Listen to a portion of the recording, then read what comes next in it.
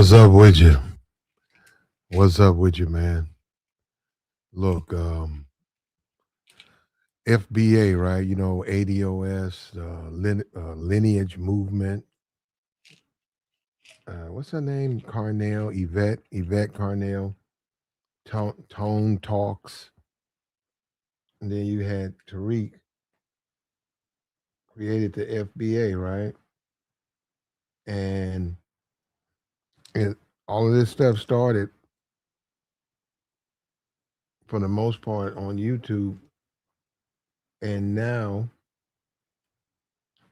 it seems like it's becoming mainstream terminology.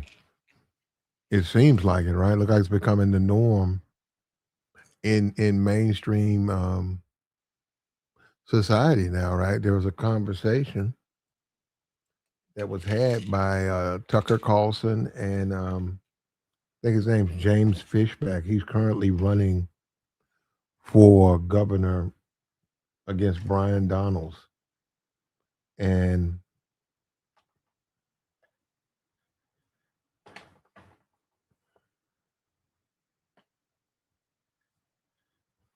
this brother, he's polling really low polls, no money, low money. He's way down there. And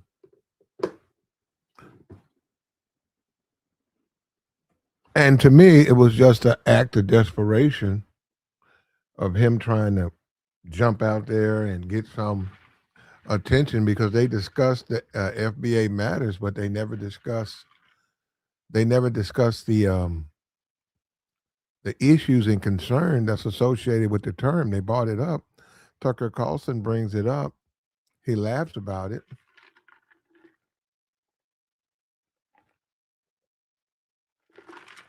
But Tucker Carlson does not support uh, delineation. He doesn't support reparations. He doesn't support any of that.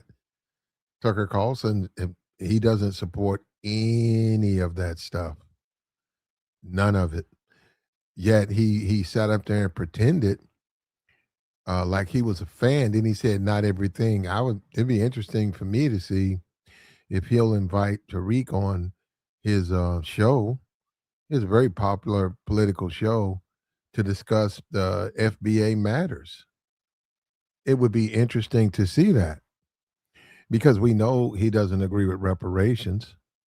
And this guy who's going out, look, Byron Donalds is a guy who's trying to, yep, he's a tether. He will use his race. No doubt about it. He will use his race to get inside and then unravel any gains that blacks have made. He was on the Breakfast Club. The guy he's certainly not pro. He's anti-black. Okay, period. Now his politics. He's a conservative. He can believe whatever he wants to. He can vote any way he wants. But the man is anti-black. Period. He's anti. He doesn't want. He's a person who wants to keep black people right where they are. And the only people that he feels allegiance to or loyalty to is his own brethren, the Panamanian or whatever, Jamaican. That's about the only people he feels some type of loyalty to. Matter of fact, Candace came out and said she was loyal to whatever she's from over there, whatever group of people. She said that, right? We know Nicki Minaj, big deal about it. Trinidadian or whatever she is, they make a big deal about it. And that was the whole thing about the movement, about people separating themselves whenever things were beneficial. And we were saying that the conversation is that when it's something negative, they're black, i.e., uh, somebody goes out, an immigrant does some bad things, he's a black. He's not really identified. Other than he's an immigrant, they don't really get into specific, but when something good happens, they make a point to say they're not black. And I don't need YouTube. I don't need to come on YouTube to say in my own life. I've seen people say they're not black. I've seen them. Now, they don't have to be. I'm not saying they have to be, but I've seen people make a point they're not black, And I'm black. I've seen Dominicans do it. Saw a dude, he was talking about his hair. He was rubbing his hair. No, I'm not black, man. I Dominican. I'm Dominican. We just saw the woman or whatever. I Man, I don't even know that woman's name. That woman stood up on that stage and said she is Dominican. She made a big deal about it, man. She married her white man. You know what I'm talking about. She's been in Avatar. She's been in and look, hats off. I think Avatar made a lot of money. She has a role in that. She's she's in the what's that little group or whatever, the little cartoons or whatever, that little Guardians of the Galaxy. I see her for Christmas. She's in commercials with the fat comedian dude. Uh, and no, I have no problem with that. It's offensive to me. It's sort of offensive when she wants to make that distinction like that. Like she's making a big deal about it, as if you can think it might be something, but she's trying to. Man, she's got to make it, man. She's trying to make it. She'll say anything. What is that woman's name? What is that woman's name? Somebody know? You remember her? What's her name? Zoe. Yeah, thank you. Zoe Saladana. Zoe Saladana. She stood up on stage, about a year ago, and said she is a Dominican, a proud Dominican girl, can go from that, and that's fine. And see, this is the thing with the FBA whole conversation. It's about black people saying that we need a distinct category and a listing so that we can receive our just due from America, right? In addition to that, the people, especially with the crime, when these people are criminals and they're not even from America, stop listing them as blacks. It's not black crime. It's individuals, and it's saying, if you say blacks shouldn't do it, well then why do other people do it? And now wait a minute, because we got to get a little bit higher up, right? Now look, I know where we live. We live in America, right? Right now, and interesting. We're gonna play the video. Tucker Carlson, he left. Tucker Carlson doesn't want what's best for black people. He could give a damn about the struggle of black people. So don't give me this. These guys are fans or supporters of FBA business. They are not. And it's a bad faith argument. This clown is low in the polls. There's a politician. The man's low in the polls. He's like 9%. And Trump endorsed Byron. He endorsed Byron Donalds. Trump endorsed him for governor. This guy, his current polling, this guy, Byron Donalds, like 50%. His opponent, this James Fishback guy, 9%. And that's fine. This is what the politician is supposed to do. He's going to do to try to get those numbers up. He's supposed to look out and see what's going on and then serve the community. That's right. That's what the politician, there's issues but him and Tucker discuss FBA. Now that ain't, that's really, it's sort of in it now. It's in the mainstream now. It originated online, but now it sort of went in there. But they're not bringing that up because they're fans of blacks, so they want to help the movement. It's a bad faith discussion. And the guy's using that because he called Byron Donalds a slave. He was called out for that. He's been running around now telling everybody FBA, according to FBA, and he don't. Byron Donalds doesn't have any lineage to America. So he's saying, how are you gonna call me a slave when you could never be a slave? And but the guy does make a good point. He said Byron Donalds is a slave to the money. He's right. Somebody just gave him millions of dollars. He is a slave to. Yeah, he is. He's right on that. He's right on that. And it's also bad faith. If this thing becomes normal, it's bad faith for them to discuss FBA, period, if they're not going to bring up with the aspect of a reparations claim. Are you going to discuss the reparations claim? Are you going to discuss the reparations claim? You're going to say, okay, let's talk about FBA, but you're not bringing up the reparations claim, Tucker.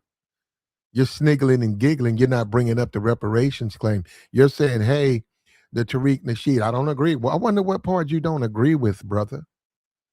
I wonder what part you don't agree with. He said Byron Donalds pleaded no contest to a felony bank. Wow. In 2000, he attempted to sell from his bank when his girlfriend racked up 7,000 in charges on his account. Yeah, I don't know what that means, brother. There's somebody in the chat put this in there. Somehow, yeah, I don't know. You got me on that.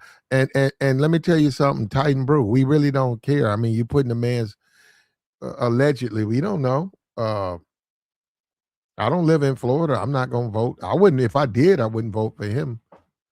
And I wouldn't vote for this James Fishback dude because unless he says, if he wants to run around and talk about FBA, he's going to have to bring up reparations. Say, hey, I'm a Republican, I'm a conservative, and I support reparations for FBA. I support it. Then when you do that, when he does that, then he'll get my attention.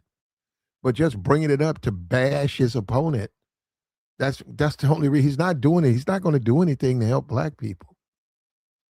And whether you like it or not, that's not a win for the FBA movement. That's not a win. These people don't care. They're going to continue what they're doing. And yeah, they'll use it if it benefits them. And there's a belief. There's a belief that he and they do this. He's trying to get some attention or whatever, and probably there was some money being paid to get on there with Tucker. Says he doesn't support reparations, but why is he bringing up FBA? He knows what the lineage is about. He knows what the lineage, the designation is about. And that's what I'm saying. So he's everything he says is in bad faith. He's bringing it up and he's looking like he's some type of rebel who's going to stand up to power, but he is not. He's not. He's not. He's not. He's just simply using the term because he's running low in the polls. He has no money. His money's low. And I don't even know his endorsements. And Trump endorsed the other guy. And when Trump endorsed Byron, his numbers shot up. And now this guy's basically throwing spaghetti at the wall, hoping a piece will stick. That's what I'm saying. The victory may come, but it's going to be a minute with him. And let me just say this. If you want to talk about racism, right? It's racist to demand black politicians support black issues, but you don't demand white politicians support black issues. This man said nothing about reparations. Nothing. He didn't say a word about reparations. But if it's a black politician, you want the black politician to discuss the reparations claim. But you don't hold a white. So that's what I'm saying. There's so much wrong with this. And as these guys run for office, they're going to jump out there. They're going to hop on movements. They're lying. It's called lying. That's what it's called. It's called lying. It's called lying so you can get your way or get your vote. Politicians lie. Yeah, they lie all the time. They say one thing so they can get that power. Then they do pretty much what they want to do.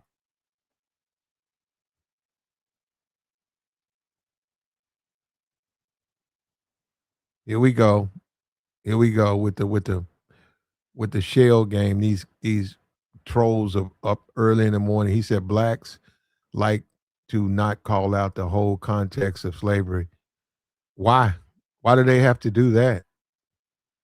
Why can't a black person in America talk about American slavery and Jim Crow and oppression? Why don't you talk about that context of slavery? Go talk about it. But a black person in America, he doesn't have to worry about world slavery or what happened before and conversations about who else was slaves. What do they got to do with what he's talking about? He's talking about what happened to him in America. He's talking about what his people went through. He's talking about Jim Crow. None of these people that you bring up with this world slavery nonsense, they didn't suffer the way blacks have. You guys are something else, man. I mean, that's ridiculous the way these guys, they just say things and then it has no validity. They just say stuff. Well, what about the slavery in the Bible? Man, okay, give me some confirmation that's even real. It was slavery in the Bible. Are you serious, man? Not to say, you can believe what you want to believe, but you think that that's, and then when you talk about Jim Crow, right? Redlining, right? You talk about all of that, right? Manipulate. What about the slaves who created? They couldn't have patents, robbing the black community of all its wealth. And we talk about the Great Depression. I've been trying to do this myself. I wonder how blacks survived the Great Depression, because that took down a lot of whites. So I've always wondered, how did they manage to survive that? There are people that blacks lived almost like bears. They ate bugs and berries and whatever they could find. Would you want to do that? So when you talk about this world slavery, were they living like that? They weren't living like that, brother. They weren't living like that. And then your numbers, he said, he's bringing up North African enslaved European, the numbers. The numbers. And if you go see, if I was to go, and I'm not going to do it, if I was to go and look that up, that's not true. But see, why do you run, Chris? Why do you run from responsibility for what you did, what your people did to black people? Why you run from that? Why do you run from that? Instead of saying, hey, I'm going to fix it. I'm going to fix what happened here in America to black people. I'm going to contribute to make things better. You run around talking about the Barbary Coast and pirates. What they got to do with anything?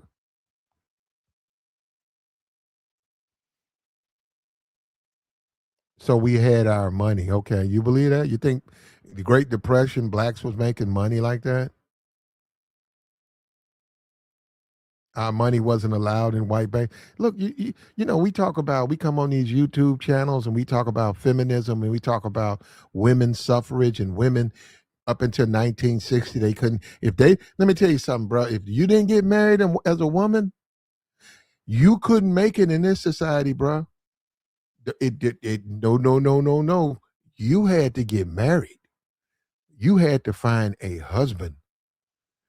And we're not talking about no 35, like they say, hit the wall. Man, that was like 22. You couldn't be running around here 22, 23 as a single woman in your parents' house. You couldn't, man. You had to find a man. You had to. Now, this guy, and so I'm saying our society comes with certain uh things you have to do to survive in it, right? Blacks had to survive. They had to survive. They had to survive in an unjust society, right? That was a 100% against them. Also suppressed them. They had to stay on the bottom. So even in their existence, they had to stay subservient. When you look at Jack Johnson, what happened with him? He started dealing with white women. They made a law. All he did was start winning his matches. Where he supposed to lose his match? That was another thing. Winning those matches, that wasn't accepted. Defeating white opponents, that wasn't accepted in America. Dating white women, oh man, they made the Mann Act. Even though it caught other people, the Mann Act, that was inspired by the boxer to take down a black man. Ali said, I don't want to go to Vietnam and go after people who are not causing me any problem. He said, I'm looking at right here in my own community and I see black people being slaughtered. He had to turn over his belt. He had to fight to get that back. It took him 3 years off his career. And a lot of people believe that the Parkinson was initiated because of all of the stress he had to go through doing that. And once again, a black person in America, it's been proven that racism increases stress and knocks down the lifespan of black people. That's factual. You over here talking about the Barbary fucking Coast. That is factual. That is factual. And you have a Tucker Carlson and it's James Fishback. That's a bad faith conversation. They're not for the advancement of black people. FBA. Oh, I agree with some of Tariq. I disagree with a lot of that. Man, man, that man don't give a damn about Tucker Carlson don't give a damn about black people. Woo! And they're the politicians. They're gonna use that. They're gonna use it to attack their opponents. And conservative politicians are going to use that. We had a politician in my city run, and you're not gonna, you guys don't understand. Well, anyhow, he was running for office, and black people kept saying to him, "What are you doing for black people? What are you doing for black businesses? What are you doing?" Man, that brother said, same thing white people are doing. He said, "Let me tell you something. I'm a black man. Don't put that on me." He said, "I'm a politician. I'm gonna do my job. I'm not gonna harm anybody. But no, I'm not gonna stand here and talk about black people specifically when you have whites who never get questioned about that." And matter of fact, now that I think about it, nobody asked Trump what he's gonna do for black people. Nobody asked Trump that. Nobody said to Trump, "Hey, what are you gonna do just for black people, Donald Trump? What are you going to do for Are you going to give black people reparations?" And that's what I'm saying. And it woke me up to it. And I said, wait a minute. I get it. No, I get it. I'm a voter. I understand the desire and the request that he specifically help black people. Hey man, you black, you finna get in power. You got to do something for this community. How about some more schools? I get that. But when you listen to what he's saying, but you're not holding my white opponent to the same standard. I think Jesse Jackson had to go through that. Jesse Jackson came out about that. He said, look at these questions they asked me. He was running for president. He was on that stage with all those guys. He said, hey, look at these questions. He got on that moderator. He got on there. He got in that man's ass. He did it on TV. He was doing a debate. He said, why you keep asking me these questions like this? He said, this, because I'm black, you asking me all this stuff. He said, you don't ask these guys. You haven't asked Michael Dukakis anything about what he's going to do for black people. You're not asking him about the black crime or nothing. You're not asking him. You get to me, you discuss that with me. He said, I'm running for president. He said, I'm not running to be in charge of the head of the Civil Rights Division. I'm not running to be black king. He said, I'm running for American president. Only ask me questions dealing with that. And he said, do not ask me something you want to ask these white guys. I don't know if it's on YouTube, but yeah, he's running for office. He shut that man's ass up too. Because he said they do this to try to throw you off as a black politician. They try to give you this bullshit about what you gonna do for black people, but they don't ask the white man what he gonna do for black people. So they try to make it seem like you're a politician running for office, but you want some black black stuff. Right? And look, let me tell you something. See, that's why I'm a politics thing, right? When you talk politics, man, you got to think about the big picture. You can't be stupid. You cannot be stupid. You got to think about the big picture, and you have to take care of all the people. And the way you handle that, don't run for office. That's how you handle that. And Trump has been clear. Trump is against the blacks.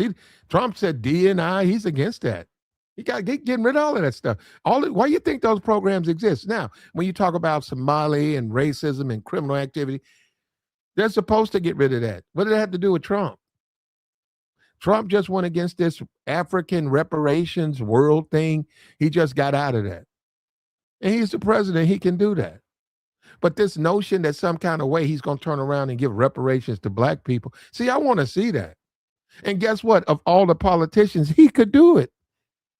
Man, if anybody could give black people reparations for slavery, Donald Trump, he's got the power to do it. The way he runs, the way he governs, he could do it. He could do it. It's nothing for Donald Trump to say, add another 10 trillion to the debt, and let's give all African Americans, descendants of slaves, FBA reparations checks. Because he don't care. He's not going to do it, but because he don't care.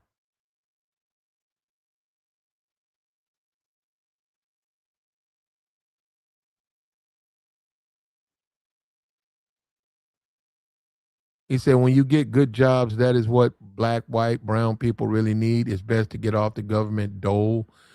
Good paying jobs are the way we get more people into the middle class. Okay. But this is where you're wrong, though. See, this is where you're wrong. You still have to accept that this is America, right? And we're free. You may not like it, but if somebody wants to be on the government dole, you can make whatever moral. They don't have to listen. Look, you might be a Christian. They could be a Muslim. They could be a Buddhist. Who are you to tell them how to think and what to believe in? And see, this is once again, the Negro is always, they only do this to Negro. See, Negroes are still, we talk about slavery, Negroes are still like in that, the way they see the world, they think like slaves. They don't think like free Americans. Like this Byron Donald dude, I don't particularly care for his politics. I know he's anti-black. I'm a black person. I don't want somebody to violate my rights, man, or say that I'm gonna sacrifice. I'm gonna run for office, and when I get in office, I'm gonna sacrifice the black community so I can then play to the white community and let them know, hey, look, you can trust me. You think I want to be governed by somebody like that? But I do respect the fact that he can think the way he wants to think and he can be the way he wants to be. He got him a little white girl. That's him living his life. And he's getting a lot of money. So, I mean, I don't know about winning that position, which he might, And that's what I think that a lot of times, and I've been saying it, I've been saying if you're going to do any change, it's got to come from the political spectrum. And when you deal with politics and you say, well, there's no way we'll ever, well, there you go. That's how far you have to go to get to these things. That's how far you have to go. It's going to be a struggle. When you say reparations, that's going to be a battle because you're going to have to convince majority white society, which is what we live in, to support it. Somebody brought up for the Japanese internment camp. That was during the war. And guess what? They convinced the people to give them give them what the $20,000. They put them all in a camp, and because you guys don't want to hear this, you don't want to. But you know what though? You know what? To have the conversations with FBA on Tucker Carlson and not bring up reparations, that is bad faith. That is complete bad faith. Everything they did was not for what that movement stands for. In no kind of way, shape, or form was that good for FBA or that movement having two racist white boys bring it up to attack a black man, Byron Donalds. Which, listen, he is a tether, right? Who died? Who says he's not a tether? But they're not sitting there saying, okay, this whole FBA thing, why does it exist? Oh, reparations. What do you think? What do you think? Are you pro reparations? And he says, no. Well, so why are you pretending to care about FBA? Oh, you're using that as a weapon against your opponent. And Tucker's not FBA. I mean, he's not pro FBA. Tucker Carlson will tell you in a heartbeat we're all Americans. But what he means is he will continue to do what we've been doing to the Negro. We'll deny him his opportunity, deny him his rights. He'll say that in a heartbeat. Tucker Carlson ain't for no. Are you crazy? He's not for anything to deal with. So he don't care less about how it affected you. He is classic. Get your ass up by your own bootstraps. He's 100% like that. He said Tucker's not even a heritage American. I can agree with that. Tucker's rich, though. See, if you notice, most of these people, they're born rich and they get richer. And they just feed the BS. They just feed these people, they feed them lies. and they buy into it. And if you want to talk about the 60s, man, if you don't unite, well, see, this is, I know this is YouTube and I know this. If, if as long as the people stay divided, they're gonna stay in power. They fear people uniting. And when you look at Dr. King, right? And Dr. King patterned his movement off Gandhi. Sometimes you listen to some of the stuff that's said on these YouTube channels, you wonder where these people's brains are. Dr. King patterned the civil rights movement after Mahatma Gandhi. He didn't create that on his own. The Indian, Mahatma Gandhi, that's what he patterned it off. Nonviolent, that's what it was, nonviolent.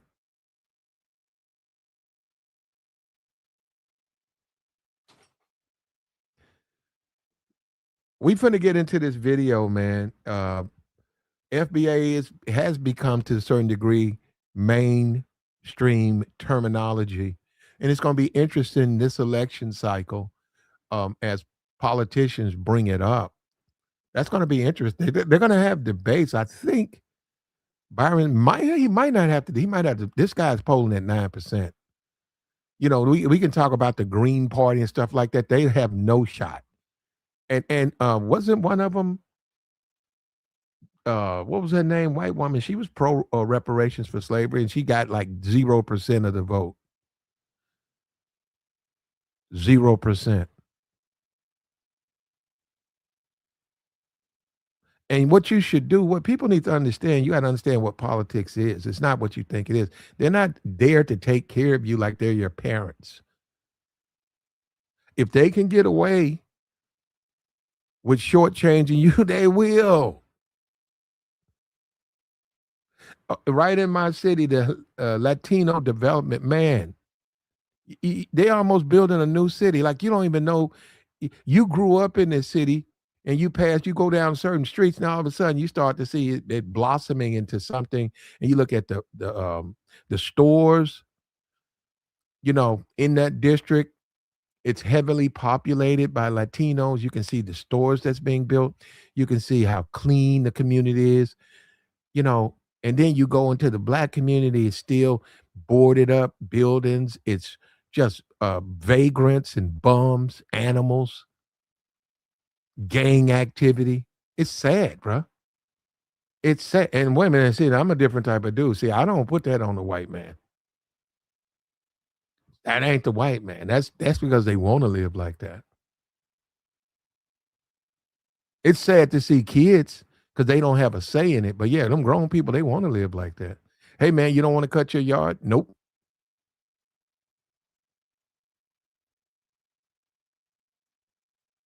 And we see NBA young boy, he's having another baby. Another. Well, he's got 15 kids now. Which is fine. Which is fine. He affirms everything that's said about the black community. See, this is why you want to know why they will never respect black people. And you know, Trump let him out. And I say he deliberately let that animal out because he knows what type of stereotype he plays to. The man's hopelessly addicted to drugs. He's a fucking animal. He's an animal. Yet he's paraded in the black community. See, that's why you're not going to get, if I'm a politician, that's why you're not going to get white votes. Look at you. They're going to associate you with him. Now, is racism there? Yeah, but he affirms racism. He affirms it. And the women who make babies with him, they affirm being irresponsible. These women will sleep with anything. The facial tics, the drug addiction, the mindless, just nonsense, people being stabbed up, heloed to the hospital, just an animal, man. And that's why Tucker can sit back and say FBA, he's laughing at that stuff. He don't agree with that. But it is becoming mainstream terminology, and let's discuss it. Now, I say it was in bad faith, but we can take a look at it. Let me go get this. And you let me know what you think. We're going to come over here.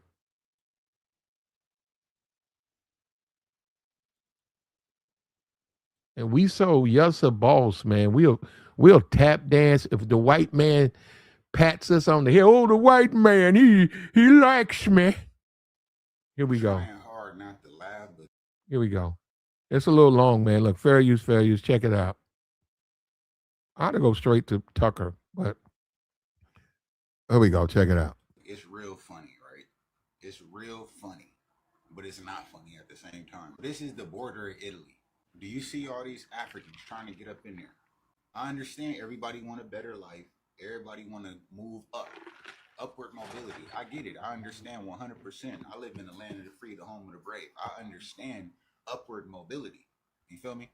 But this is crazy. What's going on in Africa to where everybody from all 54 countries are fleeing? They on the first boat, the first train, the first plane if they can catch one. They getting up out of there. Yeah. I want to know why. What's going on over there? Pick a country. Name one of the 54. Since it's 54 countries, name one and tell me what's going on to where everybody's leaving. Everybody is running out of here. Video after video. He's Pick a right. country. No, see, that goes down to the End whole up trying to get in. delineation, right? Or whatever. He's right. People don't want to stay in Africa. The ones who can leave are getting out. Ghana, I've always heard good things about Ghana. There's some African citizens. They're from Ghana. They were showing me pictures. And that's like the only time I've ever really run into someone who was very proud of their country. And they flew back all the time. And they had some type of business. I'm trying to think of it. They were making money. No, them dudes. It was three of them. They used to wear their the chic their whatever those things. The shiki, is that it? They used to wear like those skirts and shit, and they would be up in the club. To them, that's how they dress. That was different to me, but and they spent a lot of money, and they had a bunch of baby mamas in there too. They made a lot of babies. That's a whole different conversation. They would buy you drinks. They would buy you a bottle. They were very generous.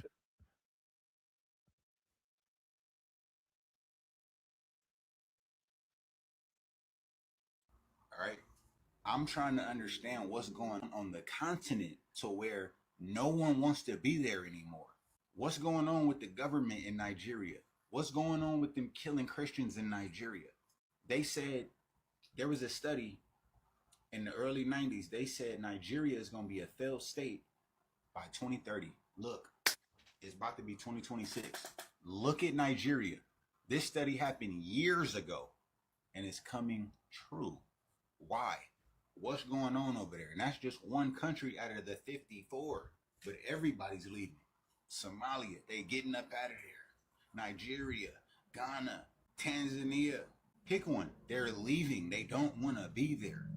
It's not enough money. He says, hold up. He says, here comes the naysayers putting the cart before the horse, acknowledging our distinct lineages first, which the same doubters said wouldn't get national traction with white America. Okay. Okay, brother. And this is what you got to understand. You got to understand a discussion is a back and forth where two people exchange information, right? It's not a lecture where you tell me how to think. Okay? National attention. I'm FBA. Having this James Fishback and Tucker Carlson, they're not for FBA. They don't support reparations. But to say because they mention you, that's national traction, that's what you want? That's foolishness. They're mocking it. They're using it to attack Byron. He's 50. He's way up in the polls. What is this guy going to do? The guy's come out publicly and said he's not, neither one of those politicians are for reparations. Neither one of them.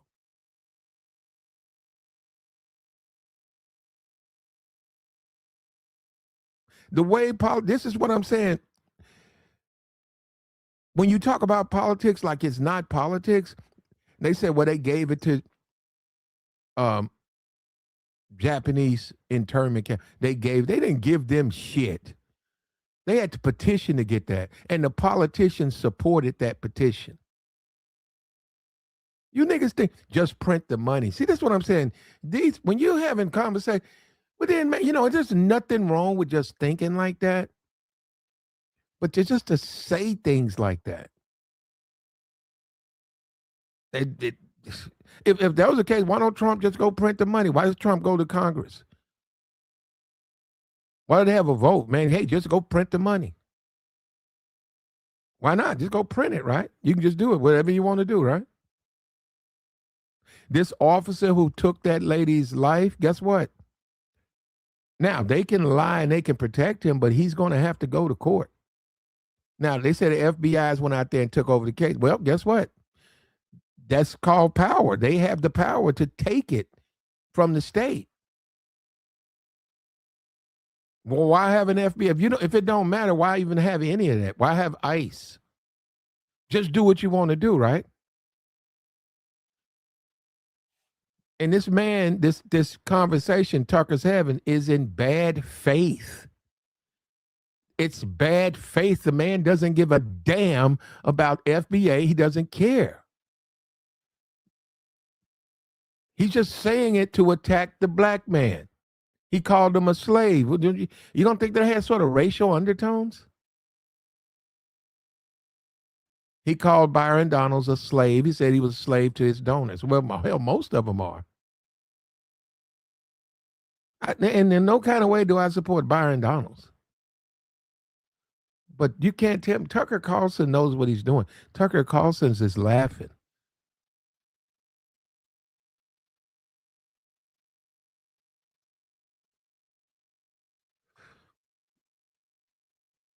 He said Tucker and the other white man are not the ones going to approve the reparations. I agree with you on that.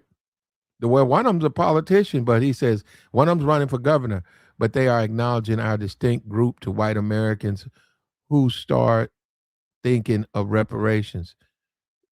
If you believe that, brother, you certainly got a right to your thoughts, man. You actually think, see, this is what I'm saying. I am FBA, brother.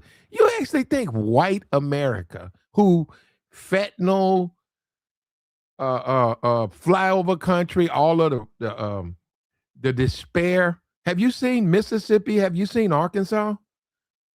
Have you seen these places? Have you seen these? The only thing in these places is a dollar store, a Dollar General. They don't have a supermarket. They don't have a Walmart. The schools are falling down. These are white neighborhoods. You actually are telling me they are going to say, hey, we're going to give black Americans reparations. That's what we just disagree. And then the notion that somehow somebody's against it, I'm going to get it. It'll come to me. I'm just saying, I just have a hard time believing that they'll support that issue. I just have a hard time. This $3 trillion that there. If we if we get into a war with Iran, we don't have the money. We just don't have the money. Now, on this Venezuelan oil thing, am I gonna get a check? Are they gonna say, hey, because we taking over their oil and we're gonna sell it? Every American gets $1,000. But beyond that, what the fuck do I care? It's not going to affect me. Oh, the prices are going to go down. I doubt it. It don't work that way. I highly doubt it.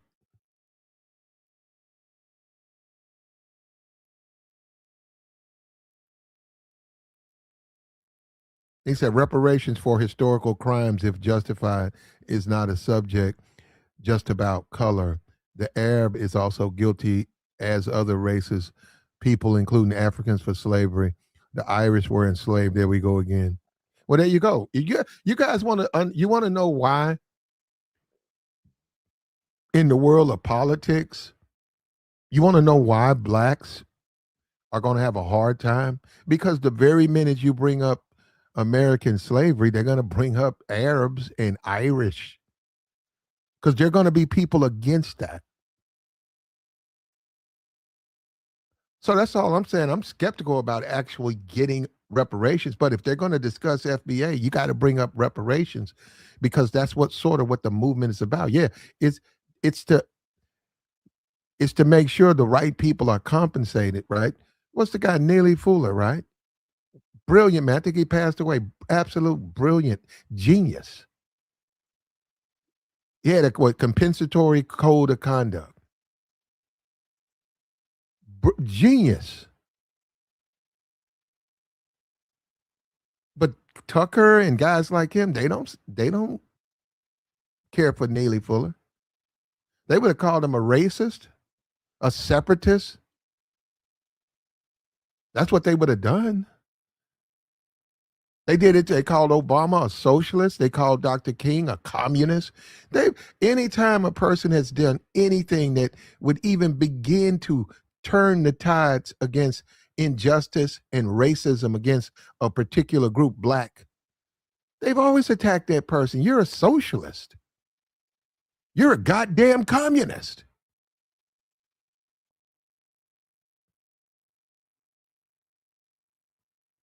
But that's another thing too. There is within the FBA, there is a belief that somehow whites are gonna do right by you. That's wow. Whites gonna do right by us, man, because uh I don't know where they get. That's crazy. That part, that's just crazy to me. You really think that? Why didn't they do it when Civil War? Why didn't they do it then? Hell, they didn't even punish the South. They defeated them, but they didn't punish them. Them guys, did them guys go to jail? I don't think they went to jail. They got uh uh what do you think the SEC? You guys keep up with football? What do you think the Southeastern Conference is? That's the fucking the Union. I mean, that's the rebels. That's the Confederacy. Go and look at the uniforms. 90% of those uniforms are blue and gray. The colors of the Confederacy.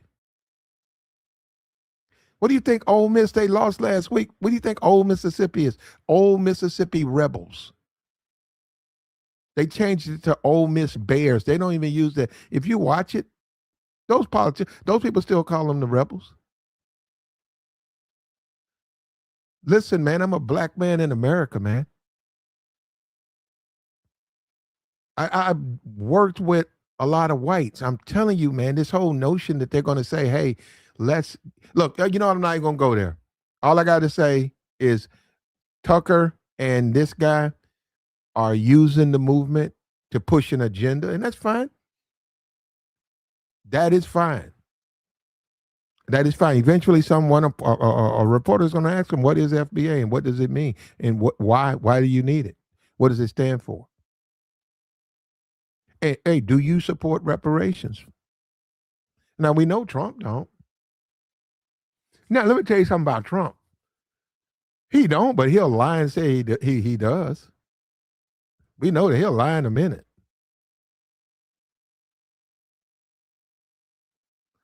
Fighter says if they give out reparations, then I'm FBA too. I heard that. That's its own rabbit hole. And then you got these Negroes, right? Who are idiots. They probably can't even vote. They probably don't have their voting rights. Running around talking about just print the money. And so, well, now that ain't what it don't work that way. Hey man, they gave it to the Japanese. They actually didn't give it to them. They actually interned them, and they also took their property. And they were Japanese Americans, but they put them in an internment camp because they was at war, I think, with Japan. Another thing about Japan, have you guys seen how big that is? Man, Japan it's the size of Tennessee. It's the size of Tennessee. Yet they start a lot of shit, man. A lot. And I've always just thought that was amazing, man. I was like, wait a minute, this country is this small? It's out here kicking ass all the time. Yeah, man, they start a lot of shit. You would think they'd be bigger, like when you look at China, yeah, China is massive.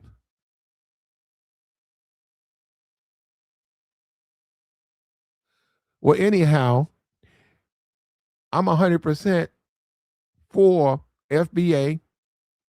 And, this is where people disagree. And ADOS. I'm 100% for these distinctions saying, hey, there needs to be a distinction where a black person born in America from the parents that were born in America, slavery and all of that, their descendants, there needs to be a distinction from someone from Guam, someone from Malaysia, to come to America and then benefit, i.e., any, things dealing with race, and they are benefiting when it shouldn't go that way. It should, when you say affirmative action, right, that should only go to blacks.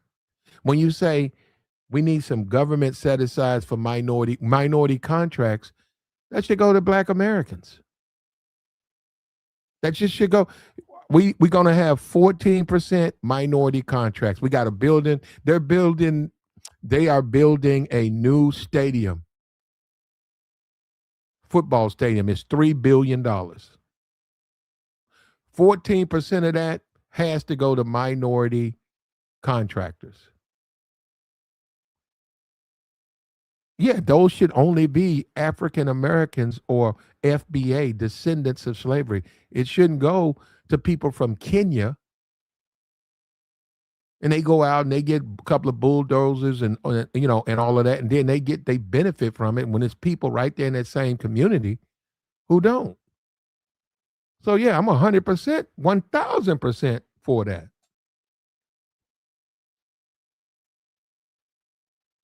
And you couldn't go to Kenya. I can't go to Kenya. Man, let me tell you something. This is another thing, because we talk about the passport bros and the dating. In Thailand, man, you don't have anything. If you can get married, your wife has to, that house got to be in her name. You're a foreigner. Anything, it has to go through her. They don't acknowledge you and say, hey, you're an American. Well, they do acknowledge you as an American. You can't do what they do. You can't do what the citizens do.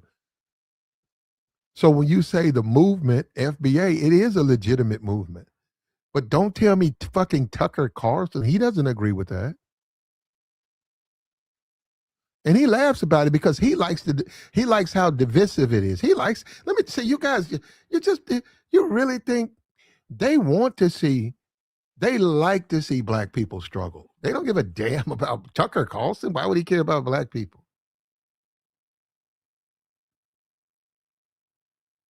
He doesn't give a damn about Byron Donald. Byron Donald's not a threat to him in no capacity. He knows Byron Donald's going to sambo and tap dance any music he plays. Byron's going to dance to it. He knows that.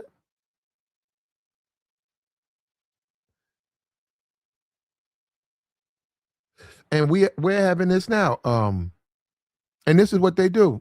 I'd say in the last 20 years, the Latinos, they've done wonderful. And they benefited from blacks. They benefit from slavery. They benefited a lot. What do you think they benefit from minority contracts? They're Latinos. They benefit, and they're smart. They got their own radio station. I remember when it was real small. It's speaking in their language. It's gotten big now.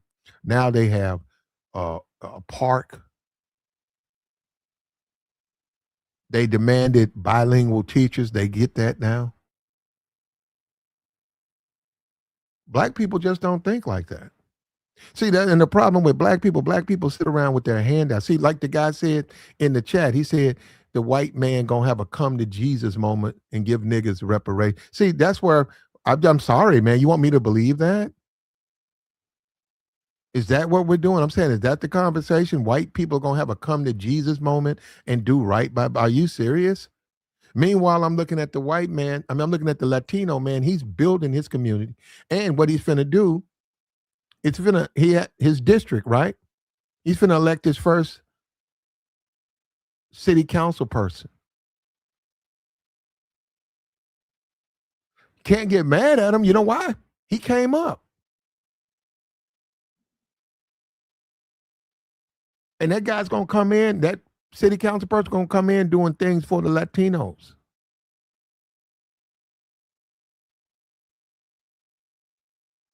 And eventually a mayor. Do you think they're going to turn around and give black people reparations? In fact, some of the biggest opponents or anti-black people are minorities. Them the biggest ones. Them the biggest ones. Byron Donald got him a white woman. He got on his tap shoes. He's going down there to the Breakfast Club. Look at Stephen A. All these dudes, they know what they're doing.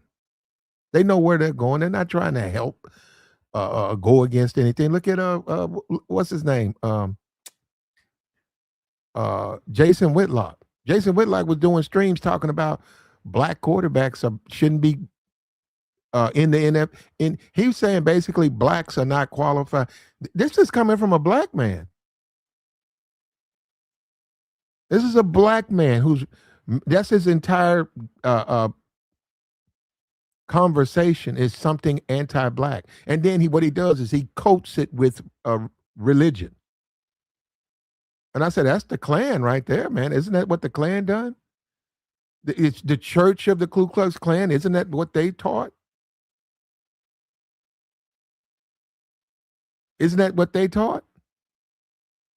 He said blacks are not smart enough to play quarterback. That's where we're going? He a black man, y'all just don't want to hear this. Well, I don't want to hear that.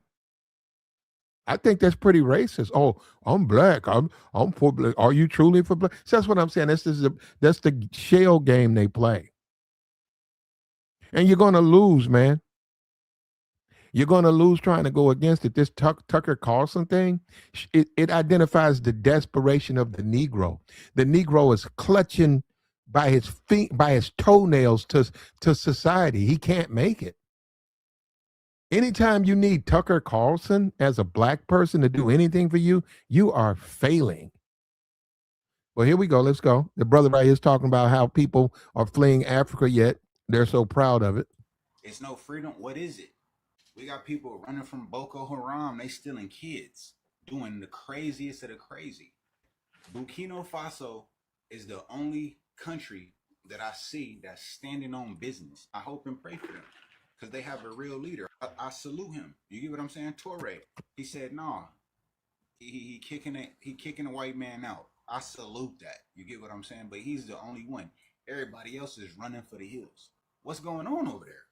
To where we seeing videos like this one every day, back to back. They're running on the boat. I saw a video. The Africans came in. It was like 100 of them on a lifeboat. Security, I think it was from Italy. Matter of fact, it was from Italy. They went out there and just started stabbing the boat. Y'all got to get the fuck out of here. We don't care if y'all drown or what. Excuse my French. But can somebody explain to me what is going on over there where everybody is getting up out of there? It's crazy. Before we get started today, I want to make it perfectly clear. At no point in time is the FBA ever allowed on any of my social media. Don't come here. Until y'all change y'all views and stop with that bigoted rhetoric that anybody who is not of so many years of American lineage does not count as a black person or American, you're not allowed here. You're not allowed on none of my social media. If you put disrespect in my comments, 10 times out of 10, you probably will get it right back. Again, at no point in time. That's another thing, FBA. Everybody, just like the term African American, just because a person is called African American, that don't mean they agree with being an African American, whatever. If there's a movement or if there's a pursuit of something for that, don't mean they agree with it.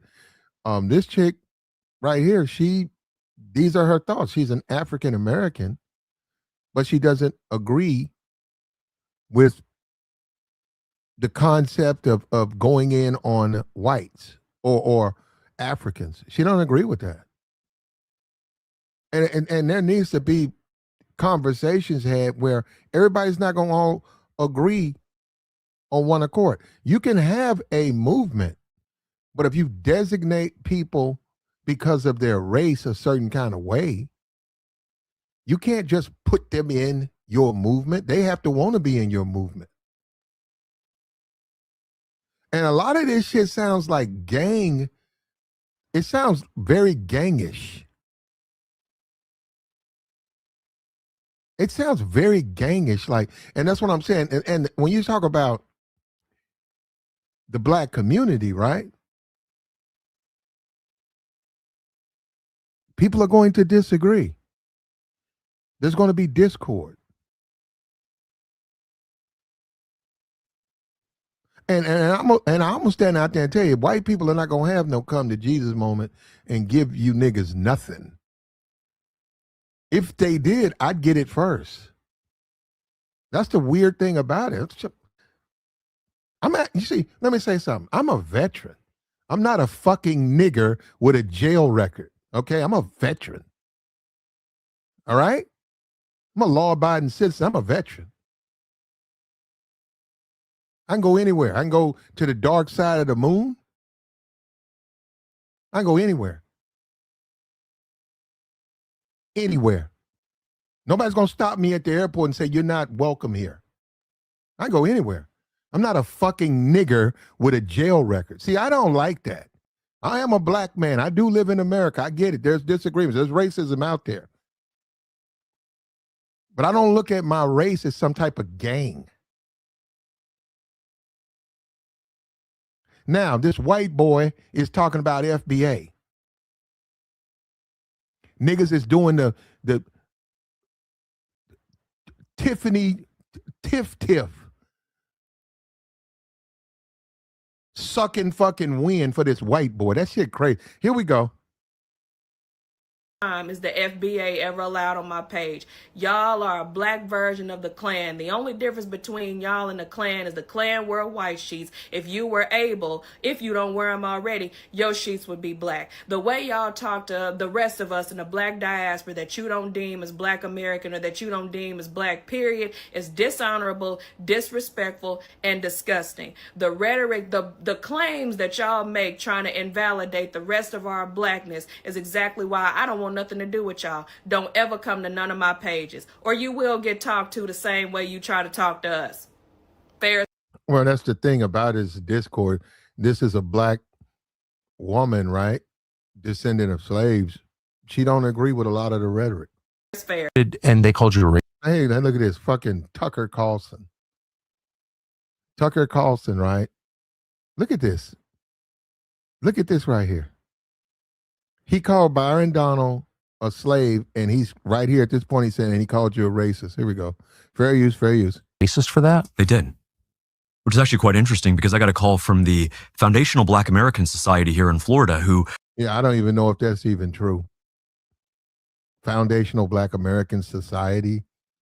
I mean, that's what he said. I don't even know if that, I didn't even know they had like chapters and shit like that. I didn't know that. reminded me that Byron's mother is Jamaican, he is Panamanian, and they found it quite insulting, in their words, that he would try to claim victimhood of slavery. Not a single descendant. Look at that. Neither one of them support reparations. Look at that. Look at that. That's how weak niggas are. They happy a white boy say their name. Look at that. Here we go. Jamaican, he is Panamanian, and they found it quite insulting, in their words, that he would try to claim victimhood of slavery. Not a single descendant of American slaves in his family. I like those foundational guys. They're so He doesn't. He doesn't. Watch this part. good. Tariq Nasheed and all. I mean, I don't agree with everything, but like, Oh, he really agrees with none of it. You know what I'm saying? He agrees with the part where blacks are divisive and they're going after each other. He agrees. It's funny. But when you say reparations, he doesn't agree with reparations. And this is the black community, bro. And this is what I'm saying. You come on YouTube. This is the community now. It's a goddamn minstrel show.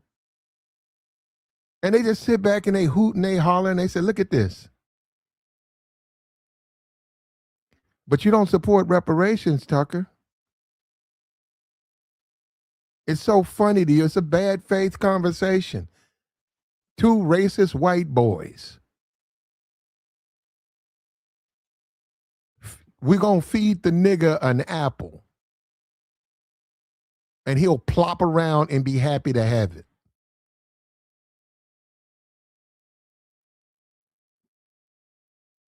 These men do not mean good intentions for blacks.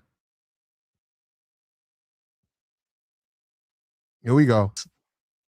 Mother is Jamaican. He is Panamanian, and they found it quite insulting in their words that he would try to claim victimhood of slavery without a single descendant of American slaves in his family. I like those foundational guys. They're so good. Tariq Nasheed and all. I mean, I don't agree with everything, but like they've got a perspective. If your family's been here 400 years and the descendants of a lot of American slaves or families have been here 400 years, I don't know. I think that gives, I'll listen to you. Like you've 100%. you've got a point of view that is legitimate, I think. Yeah. And they're unequivocally heritage Americans. That's for sure. 100%. I mean, they're definitely heritage Americans, if anyone is. And This guy's tanking in the polls. Right here. His money's low. Trump endorsed Byron. Byron's at 50%. He's at 9%.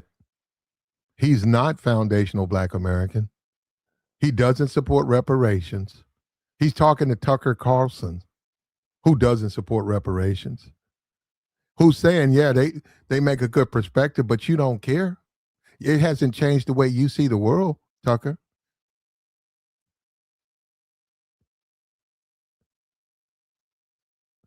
And I'm going to say this again. Why doesn't Tariq Nasheed go on Tucker Carlson?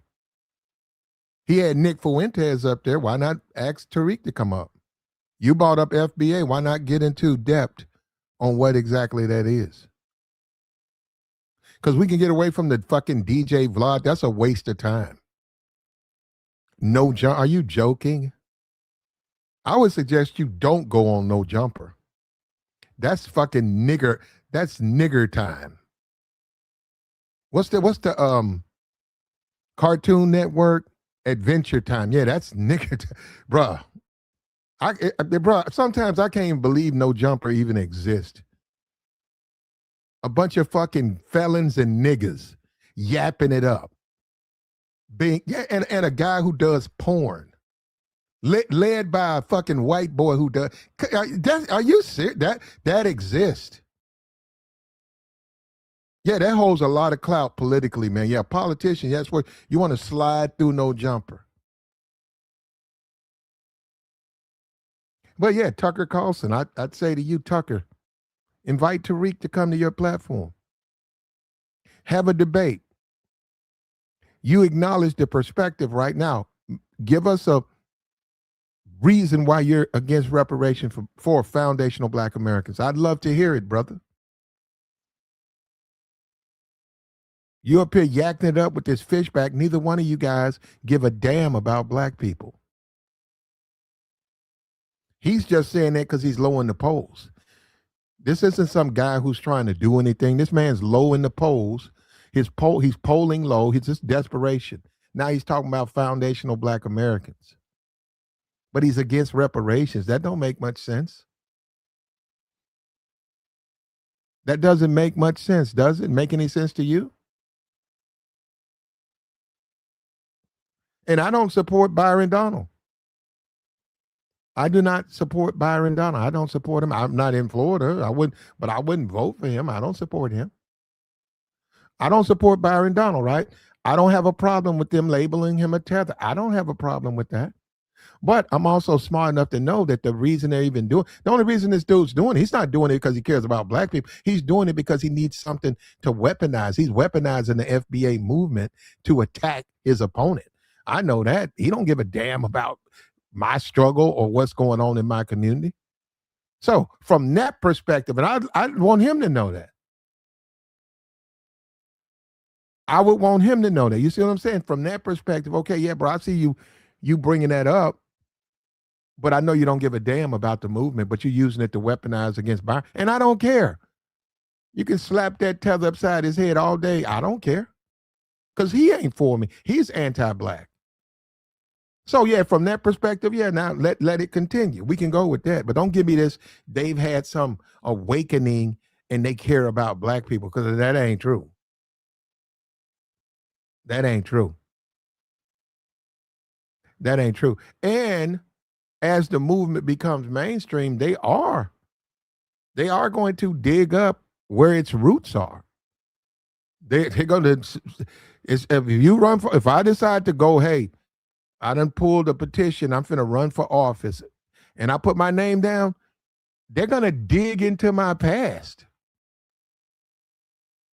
They're gonna want to know what I was doing, when was I doing it, why was I doing it. I'm gonna have to account for it. See, the Negro don't believe in that. You know, we talk about Kevin Samuels, he talk about black women and accountability. These Negroes act like women. When you listen to these dudes, they act just like women. They don't believe in accountability. No, sir. No, sir. Let me tell you something. Your past matters. Your past matters. So if you are behind a movement and you're a fucking criminal and a goddamn lowlife, that's going to come out. You can whine all you want to. That's going to come out. So I'd be careful about Tucker Carlson, because that might not be a good thing that he's bringing up FBA. That might not necessarily be good. Because now you're going to have to live in a fishbowl. Look at Obama. Obama had to do 8 years. They watched him you want to be watched? You want to be recorded? You can't even take a shit. Do you know what you can't? No, he can't. They know everything, every moment they know everything he's doing. That's what their job is. They got to know everything that he's doing. Every moment.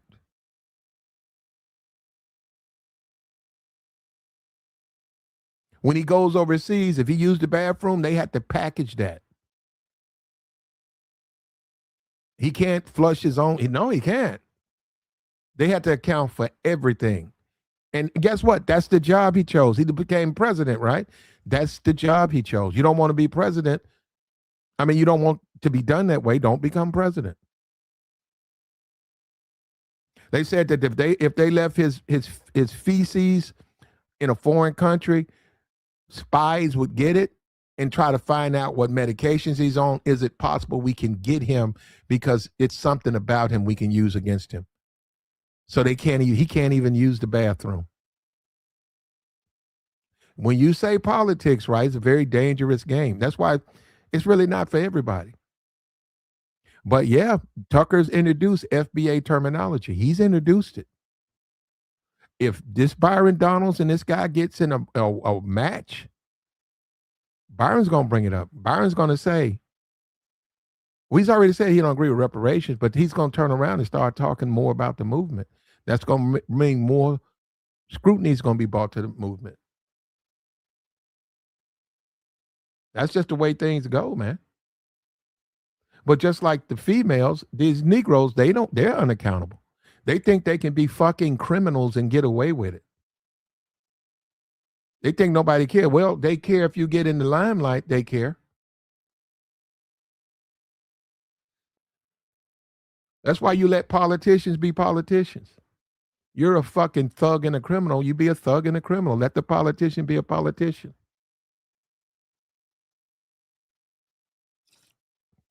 But you can't tell the Negro that Negro's going to do what he wants to do. Bro, I tell you, this is a wonderful world we live in, ain't it, bro?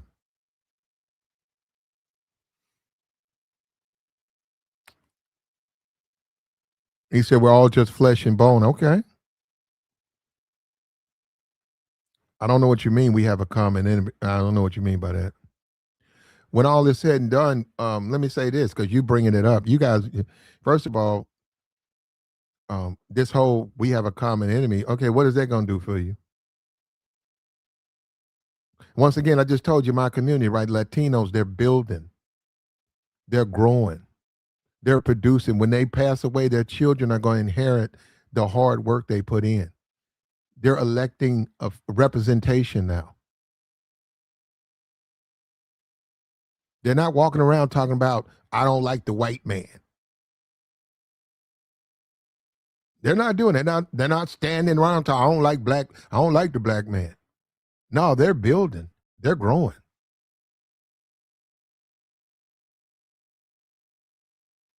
And guess who is the biggest consumers of their businesses? Negroes. Negroes. Right now, they say, what's going on tonight? It's Tuesday night. Happy Mexican. Everybody gonna be at the Happy Mexican. You go there, you can't find a parking space. Cannot even find a parking space. Where y'all going tonight? Going to this nightclub. In the heart of the Mexican community, making money. And then if you're a black person, right? You say, man, look at our community. The club that used to be popping, they niggas shot that up. So that's shut down. The little dinner theater, that's closed down. And what's the guy? I can show you the TikTok. The guy's driving down the street. He was like, that's owned by Jamaicans. That's owned by Arabs. That's owned. Yeah, he's just driving down. He said a gas station. Arabs own that gas station. That fish place, that's owned by Chinese. He's just driving down. He said, look at black. He said, it's all in the heart of the black community. See, and that's where I become skeptical about reparations. I said, man, them people ain't gonna do a damn thing for Negro. You think they're gonna turn around and just give you something, even if you deserve it?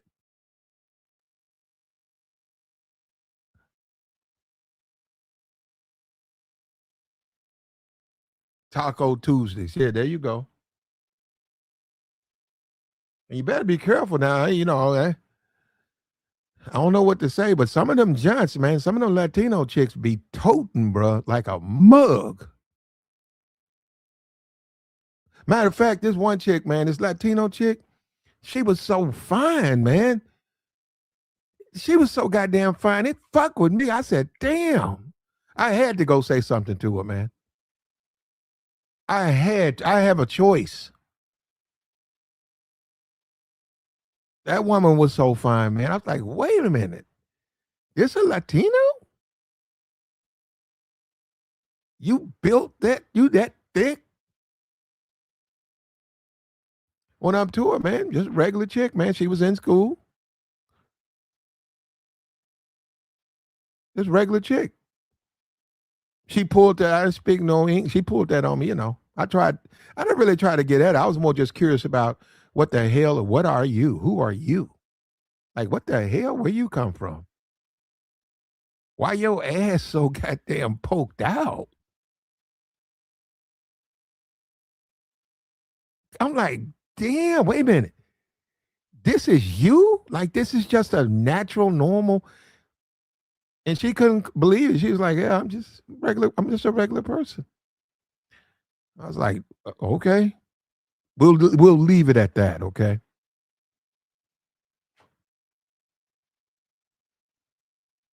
He saying they like black men. Well, this one, her man was a Latino dude. But she can like who she wants. He can like who he wants. But we're going to keep going, man. We got Tucker Carlson, man. He's acknowledging FBA, so it's a mainstream term now. Here we go. Look at Tucker. We know Tucker is here to serve the black community, right? You're racist for that? They did. Which is actually quite interesting because I got a call from the Foundational Black American Society here in Florida who reminded me that Byron's mother is Jamaican, he is Panamanian, and they found it quite insulting in their words that he would try to claim victimhood of slavery without a single descendant of American slaves in his family. I like those foundational guys. They're so good. Tariq Nasheed and all. I mean, I don't agree with everything, but like they've got a perspective. If your family's been here 400 years and the descendants of a lot of American slaves or families have been here 400 years, I don't know. I think that gives, I'll listen to you. Like you've 100%. You've got a point of view that is legitimate, I think. Yeah. And they're unequivocally heritage Americans. That's for sure. 100%. They're definitely heritage Americans, if anyone is. And, someone rolls in from Ghana and gets an MSNBC slot and starts speaking on behalf of black people. It's like, shut up, honey. You've got nothing to do with this. Right. That's Literally. a fair perspective, Right. I think. And so it's good to actually see them call them out for that. That's actually cultural appropriation. Appropriating a struggle of slavery. Look at that. Look at that. That's a bad faith discussion. They're against black people. Now, you talking about Joy Reid or whatever. They don't like her. Okay. But what I'm saying is they're racist, but they're hiding. But once again, this is the game. Look, where are you from? Like, what part of the universe are you from? Are you that stupid? Them white men ain't thinking about no. Look, they don't like Joy Reid. They don't like black women. They don't like Byron Donald. They don't like you. This is a hustle. They're using that because they're trying to attack him, which is fine. He is a tether. Who said he wasn't a tether? He deserves it, but don't give me this. Tucker now supports no, he doesn't. Okay. Tariq. Have Tariq go talk to him. Do a one-on-one with him, Tariq, and call him out for reparations. You would win because he can't justify not giving black people reparations. He can't justify that. There is nothing. He can't blame religion because we know if you're religious, you got to justify. You know black people are owed. You know it's the right thing to do. Give him an opportunity. He says he like it. Let's see. Call him out on it. Call him out. We know it's the right thing to do, and we know he's not going to do it. So then, what's the point? Why we know you want to use it to attack Byron Donald. I don't like Byron Donald.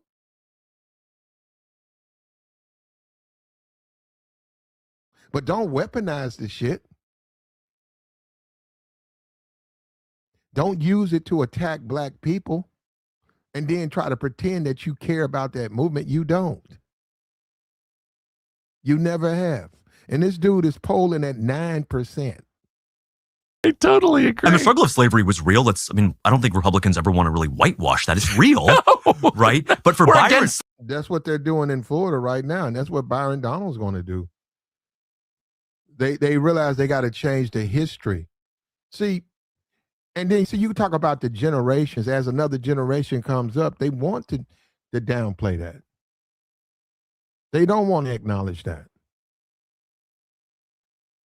slavery. we're against it. Whether it's in the West Bank or here or anywhere. Or anywhere. Yeah, against it. And so for Byron's group, his team, to call me and essentially our entire supporting base racists for saying that you're a slave when quite literally you took $45 million. You won't tell us what you agreed to take that money this early in a primary, which is unprecedented. You know this, how unprecedented that kind of money is in an uncontested primary until now. But secondarily, to actually go out and try to gaslight us and think that you're just one of those guys that has been here, since the early 1800s and your family was in the struggle too. You're not. And that's a very interesting term that the foundational Black Americans use. It's called tether. They're tethering these tethers like Byron Donalds. They come here literally one generation in, and they try to just sit around and act so folksy that we're all part of the same struggle and we're all down on our... No. And see, this is what he's being dishonest about, is they use Byron Donalds. They use guys like him to harm black people. See, he's running a race against Byron Donalds. He's polling low. His money's low. Byron just got $47 million. A Trump endorsement. He's going to lose this race. This is an act of desperation. But, and the thing about it is, he knows damn well what Byron represents. He's someone who's anti-black. He's someone that's going to be a complete puppet and a rubber stamp. He's not going to do anything for Negroes.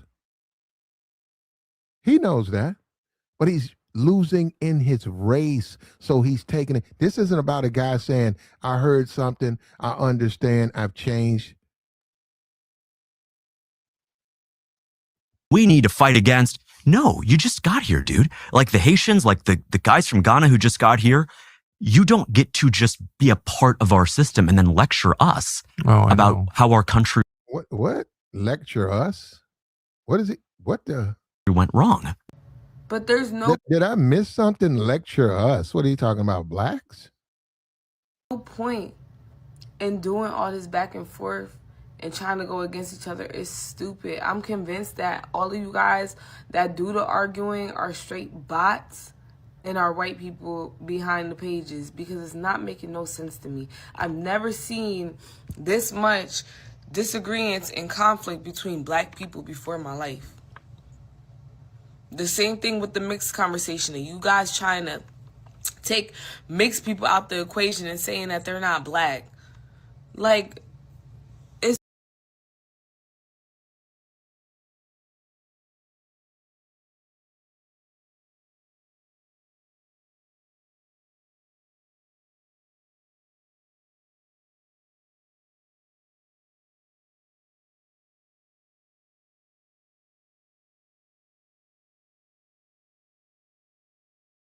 really starting to get on my nerves. So the only The first time I heard that was on social media, that a mixed person is not black. I said, what? Yeah. black people is African American people. Those are the only ones that matter. People that all their history is from America. Yeah, these FBA people is losing their minds. So apparently now I'm an immigrant. I'm not from America. My parents are immigrants. And I'm not black American. I'm trying to infiltrate the black community. Child, go tell that to my family who own land down in North Carolina near Lumberton. Go tell them that they immigrants and they not from here and they not black American. Because we own land. So, I'm just saying, y'all are crazy. You sitting here telling a black American that they're not black American because they don't agree with what you agree with? Yeah, well, she makes a good point right there, though. Some kind of way, you're not FBA if you don't agree with the philosophy. I thought it was about lineage, right? So you can be FBA and you could be in an interracial marriage. You could be FBA and you're a Republican. You could be FBA and you're a Democrat. Right? Right? Now all of a sudden, just like we said with Mike Pence, right? Mike Pence was the vice president. He was the vice president for Donald Trump. But because he wouldn't do what Donald Trump wanted him to do at a time, which was illegal, he became a liberal. So all of a sudden he goes from being the vice president, a staunch conservative, to a liberal. Because what? He's following the law? But this is what she's making a good point on this. Just because you disagree with her, that don't mean she's not FBA. Own land down in North Carolina near Lumberton. Go tell them that they immigrants and they not from here and they not black American. Because we own land. So, I'm just saying, y'all are crazy. You sitting here telling a black American that they're not black American because they don't agree with what you agree with? It's giving MAGA. It's giving cult. It's giving very low vibrational. Very.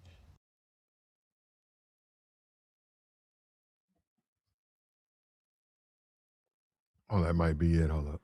Immigration in any sense of Right the here. word, ladies. Here we go. Fair use. That little part there got muted, so. Man, this software, that's something else, but that stuff be. We are not a damn immigrant group.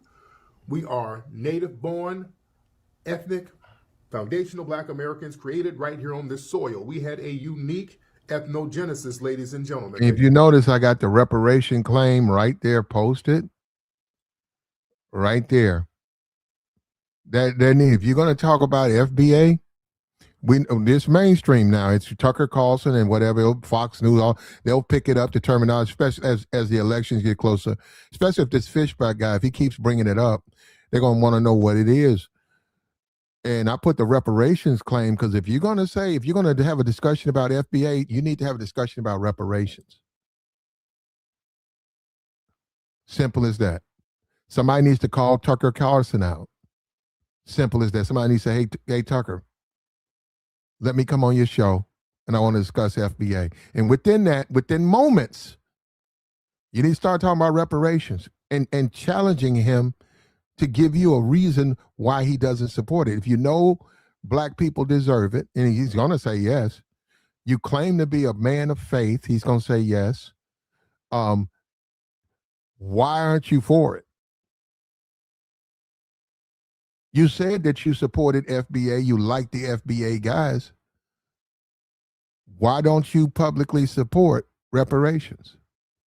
Now, for all I know, I don't know Tucker. Tucker might say I do.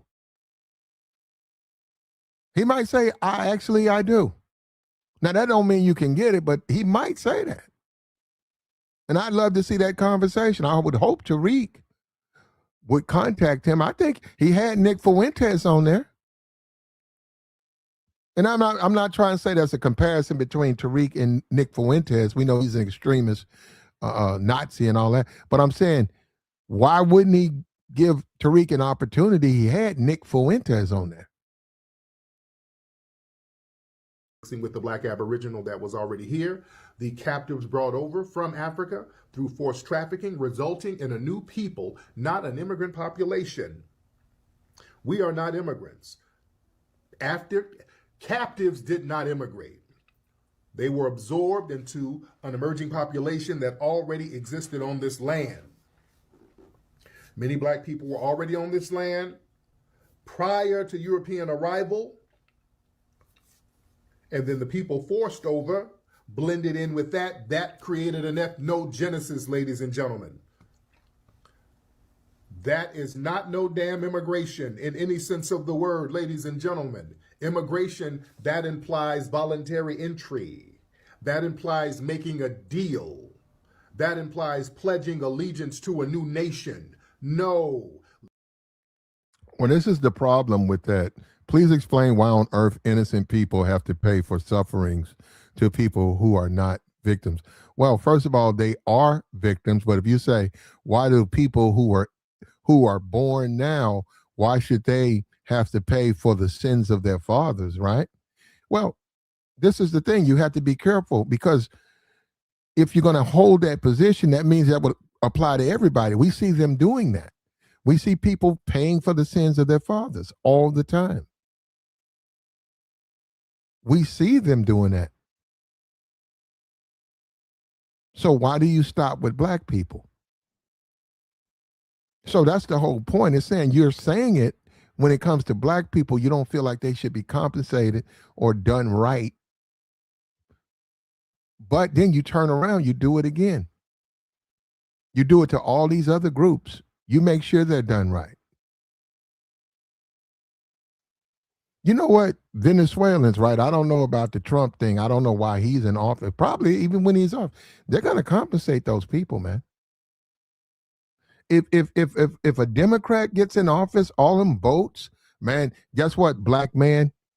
You want to see reparations, all them boats who got shot up? When them people are fucking criminals with cocaine, they're going to give all those families money.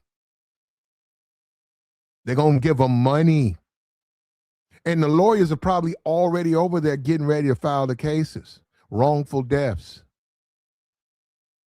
They're going to pay them, man. They're going to get more money than you get.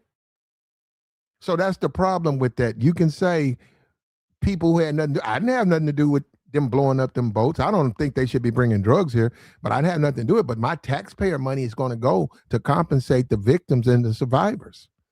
These people were doing crimes. So when black people say we deserve reparations, you got to say yes, or you can't. You got to stop across the board. You say no to black people.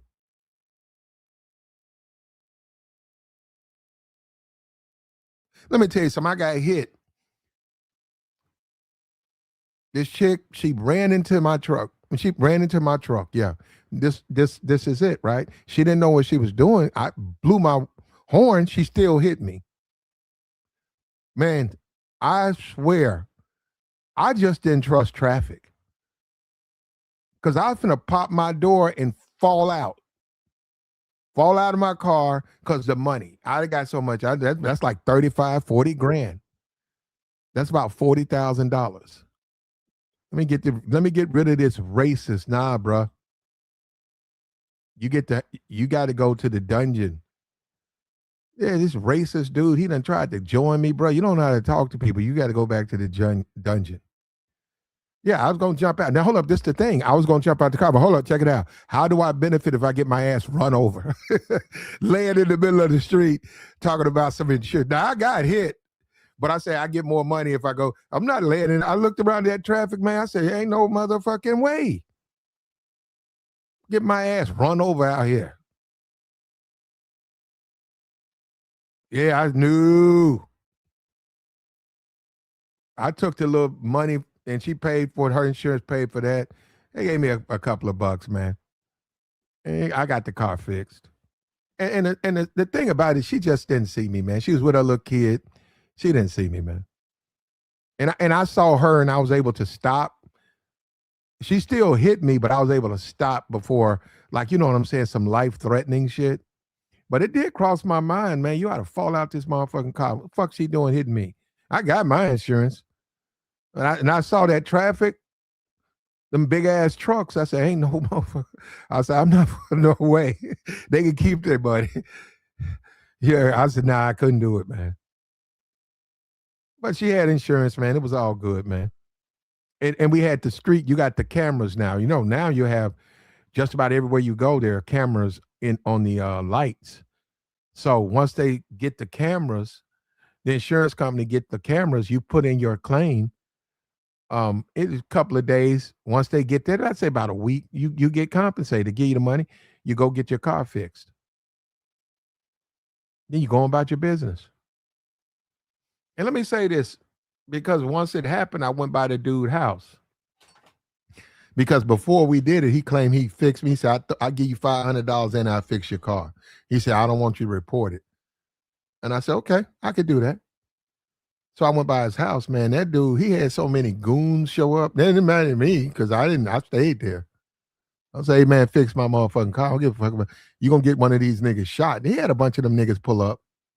I'm looking at them dudes. I said, man, this dude don't even know who I am, man. I said, this dude trying to bring his boys and shit over here. I said, what are they supposed to do? Make me run or something? I got on my phone. I just sat to the back and I let him fix my shit. He was all up under my car. I said, yeah, your mans is fixing my shit, nigga. Hey, all you tough motherfuckers, y'all think y'all gonna intimidate? Your mans is down there getting his back greasy fixing my shit. And he didn't do it the way I liked it, so I drove off and I filed on him. Fuck you. It was something to see though, man. And I was like, man, this is amazing. Like the stream, man.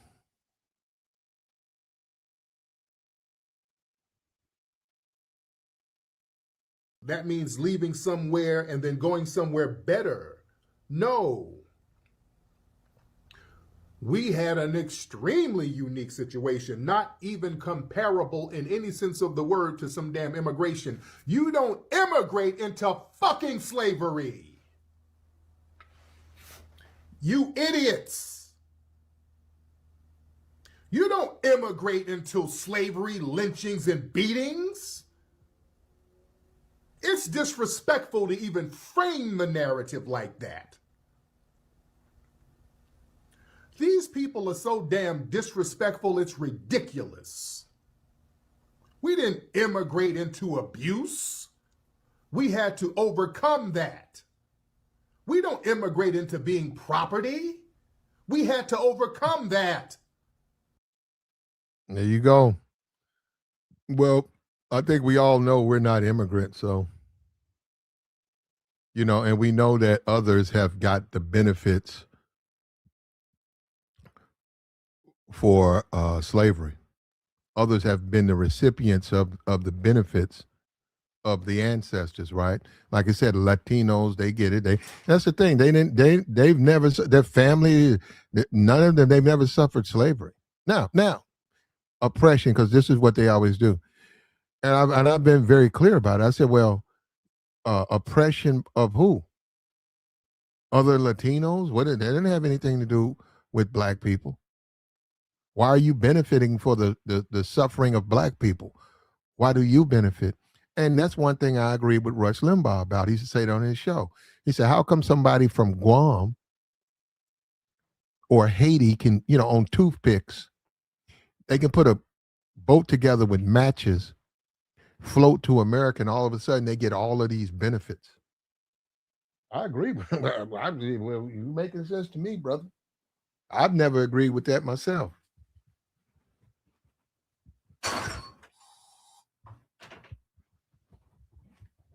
I've always thought that was bizarro land. How they can get all these benefits and they've never suffered slavery or injustice. And then you have black people. You can go to the gas station. You got a black man. He's been catching hell his whole life. I know nobody cares. And they're going to say it's your own fault. They're going to do that anyhow. But you don't know if that man tried to join the service. You don't know if that man tried to get on the police force. You don't know if that man tried to become a firefighter, and because of his skin color, he was denied. And over time, over the disappointment, maybe he's broke. We're not all that strong. Maybe the world broke him. So now he's just a vagrant hanging out. He's not hanging out. He's living in front of a gas station, hopelessly addicted to drugs. He caved. He gave in. And all of these set-asides, what if they would have did something to help him? And even on that, forget that. What if they put him in rehab? What about a place for him to go rehab, get himself together? But we see that don't really apply for blacks. You know, if you know, and this is the thing about Trump, right? And this is the thing about what you got to understand. When you say we're going to practice racism, which seems like that's what we're headed for. Do you know when you talk about the service, right? Do you know that if you came back from Vietnam, right, and you were black, you got denied. When you came back to America from Vietnam, you did your 4 years. They detoxed you and they wrote a report. Now hold up, it's called racism. The doctors wrote in your report you didn't have any you were not suffering from any ailments. So when your family went to the VA hospital and said, my son sleeps in the garage, my son sleeps under the hedges, my son is walking around afraid of his own shadow, they said, well, no, the report we got, he's okay. So he's not eligible for any benefits. That's because he was black. If he was white, they gave him his benefits. He's black, they denied him. That's racism. They said, well, we're saving money. Well, you're sacrificing the blacks. We know. So we get to the point where actually equality for blacks is racist for whites. That's the point you get to. When you say it's okay to discriminate against blacks, you're saying equality for blacks is a form of discrimination. So don't be equal. You could think that's Clarence Thomas. He said that. Clarence Thomas, you go back years ago, Clarence Thomas is one of the biggest proponents of being anti-black there's ever been. And he was not qualified to get in that office. He screamed race when Joe Biden, he said they was trying to lynch him. He screamed race to get that position. Isn't that something how the Negro does? These Negroes always, man, these Negroes, bro, they will scream race in a minute. They will one day, they will tell you not to do it. They will tell you, don't do it. You shouldn't do it. We move beyond that. The very minute they get, Candace does it, all of these Negroes, you see, they will scream race they just talking about them. They don't really they mean for you. And that's the whole thing. Just like benefits, you go to Vietnam, you get injured, they'll tell you, you can get over it. They come back, they're down there getting benefits. Well, hey man, we were both served in the same company.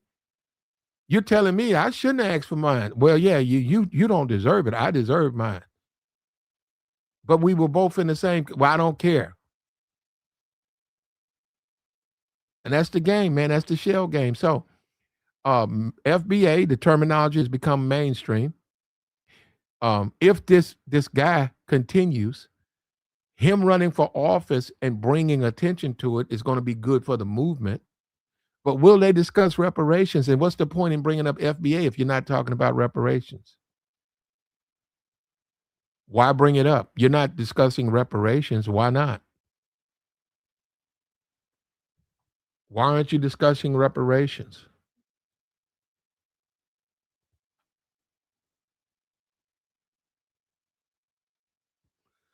He said a pale man pushed opium. Actually, that was what they did in China. That wasn't the pale man. Yeah, some of you people, man, let me get this. Some of you guys just say anything, man. Yep. Actually, that was a form of pleasure. And what they did, they were poor, they were Chinese, and many of them, that was their only form of pleasure was the opium stick or whatever. They used to smoke the stick. They worked on the roads, and they got addicted to it.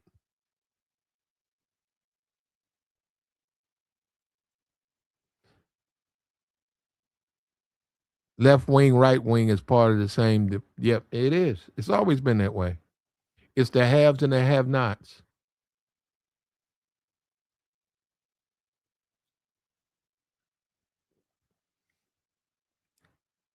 I've been in Arkansas. I've been in Mississippi. I've driven. Man, I'm telling you, Barry, it's not even nothing to play with.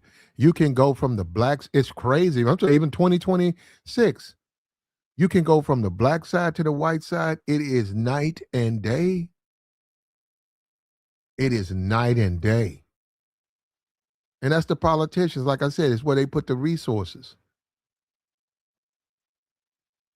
I go to the black community park, grass overrun, all types of stray dogs. You can't even exercise there. You need damn near pepper spray. You need a taser. You need a pistol just to exercise because there's so many stray dogs and vagrants. Niggas sleep in the park, sleep on the bench. You're just trying to exercise. I went to the white community, man. That shit was like, it was immaculate. Grass was cut. Wasn't no vagrants in there. They send you to jail over there. Wasn't no strays. I was just saying, and it's like, wow, man, look at this. But this were the resources. The politician, the people elected, put the resources in that community. So they took care of that community. They don't put them in the black. They don't care. And it was a black person that was in charge. The black person didn't care. And the black person stayed in that community. The black person was whooping it up about black this, black this, black this, black this, black, black, black, black, black, black, black. But they stayed in the white community. And they allotted all the resources to the white community. They didn't give it. They just said that to get elected. And Negroes fell for that.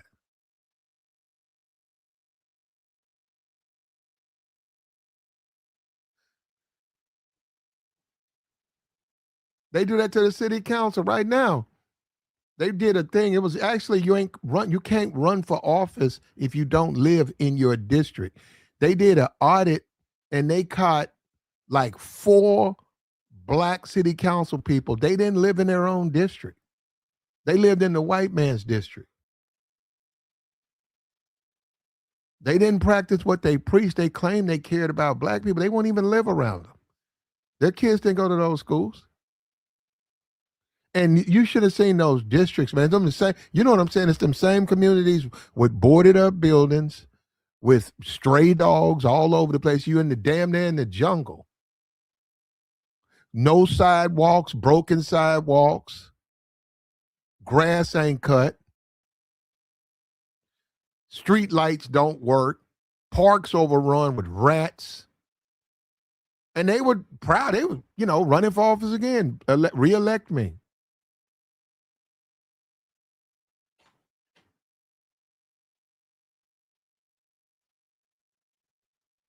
Like the stream, man. Like the stream. FBA is being pushed around. Byron Donalds running for the governor of Florida. This guy Fishback, was it Fishbone? Let me see. Where's it at? Right here.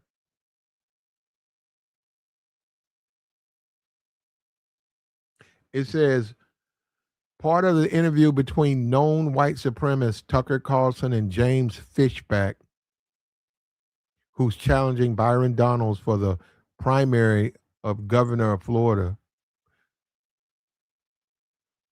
A few things can be true at the same time, right? On one hand, the critique that not all skin folks or kin folks is real. These are black politicians, especially when conservative spaces, who rise by leaning into anti-black rhetoric and distancing themselves from the material realities of the black community. Yep, yep. Figures like Byron Donalds and Wesley Hunt often come up with these conversations, and that criticism. So that criticism is not coming out of nowhere. At the same time, it's deeply alarming to watch white conservatives and outright white supremacists suddenly adopt FBA language and tribalism to attack a black man running for governor, calling Byron Donalds a tether, mocking his family, Caribbean roots, and suggesting that he's not part of the American experience isn't critique, it's flat out racist, similar to attacks on Vivek. Uh, see, now right there, I don't care about that. See, on that, they deserve that. They're anti-black, so I don't care if the white man don't play fair with you. Why are you telling me? Don't come up to me. You anti-black. You against me. You against my kids. You against my future. Don't come up to me crying because the white man don't want to play fair with you. Oh, he called you a nigger. Oh,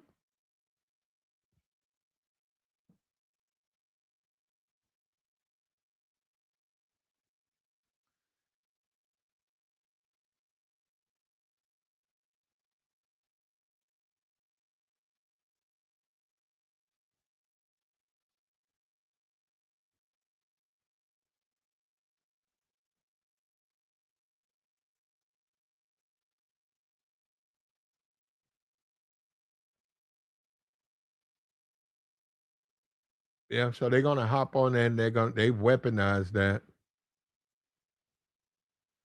He said FBA is our version of MAGA. It's the mediocre among us grasping at bullshit to appear intelligent and authoritarian. Well, yeah. I mean, some people can say that. Some people can say that. Like the stream, man. Support the platform. Hit the Cash App, man. Bless the super chat. We got the join link posted, man. If you know how to have a conversation without insults, the individual who tried to join, we put him in the dungeon. He doesn't know how to have a conversation without heart throwing out insults. You know, he can't do that. So I'm not going to sit up there and tolerate that foolishness, man. I'll see you in 2028, bro. No, 2029.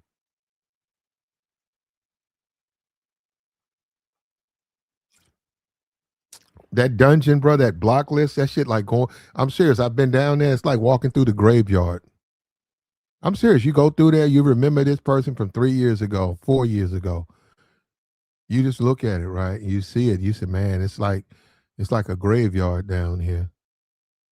But we freed a bunch of people, man. We let a bunch of people out.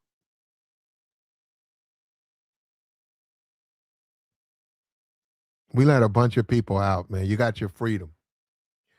And I would have loved to have talked to that guy, but like I said, he's incapable of having a conversation without hurling insults.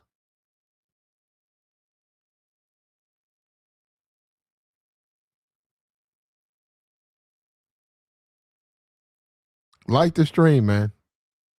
FBA is now a mainstream term. So as far as ADOS, FBA is mainstream now. It's like VHS and beta, right? Beta was actually the better product, but VHS took over the market. But a Betamax was way better than VHS. It just didn't take over. It didn't catch on. FBA has caught on. It's caught fire. The terminology is going to be a part of our lexicon for the rest of our lives. So whatever you say, you can criticize Tariq. You got to give him credit. He's a marketing genius. He's a marketing genius. So he created that term, and look, it's now coming out of the mouths of Tucker Carlson and politicians now.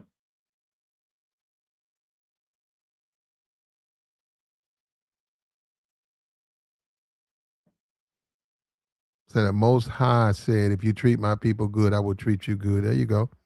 Well, you have to be fair. You got to be a fair-minded person. I don't like this Fishback guy.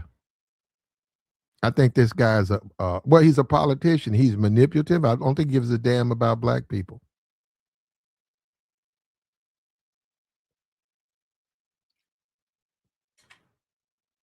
I think he'll say anything. I don't like Byron Donalds. I don't like Byron Donalds. I think that the day of the Byron Donalds are over.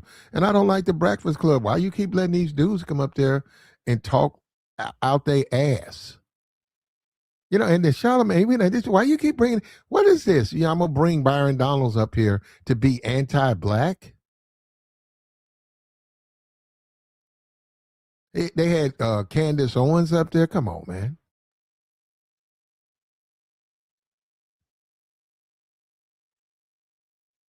Candace Owens married a man she met in 3 days or 5 days or something.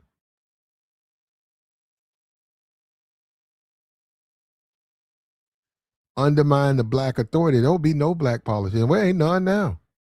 Undermine them all. Undermine the whole black movement and think, hold up, and claim that we're all Americans. Are we?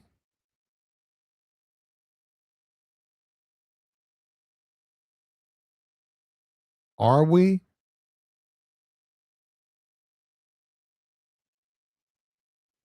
Bird said she would have married Candace's husband too. I heard that. Good luck on finding you. Bird, your issue is going to be, period, getting married.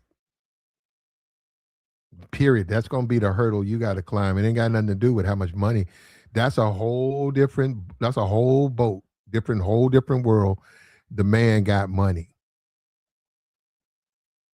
That ain't going to be for you. You just getting a marriage or wedding ring.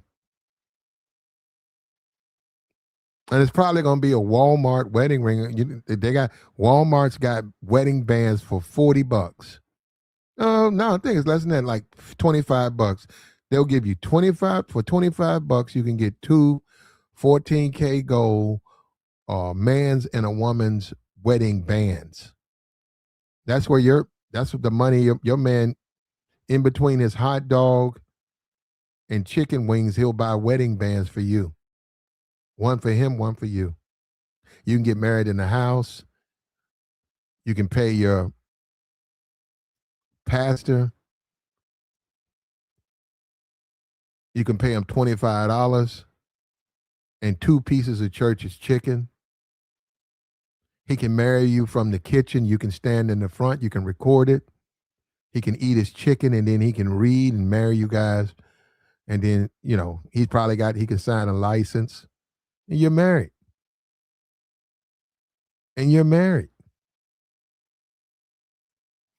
And Bert, that's your future. That's your future, Bert. You're not going to ever marry a man with money. You can forget about that. All women, guys with money ain't going to mess with all women. Come on, man. And you women better be careful with trying to get a man with money, because who are you and why would a man give you money? And if they ain't never gave you money, if you hitting around here, you 26, 27, ain't nobody ever bought you a hamburger, ain't no man with money gonna marry you.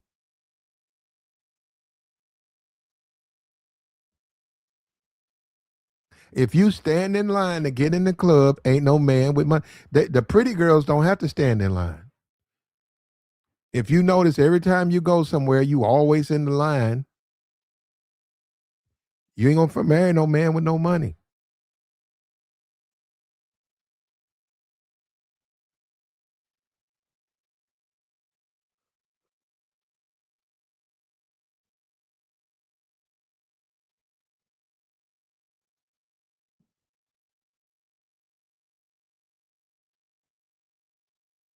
Yeah, the history of America is filled with all types of just horrible things, man.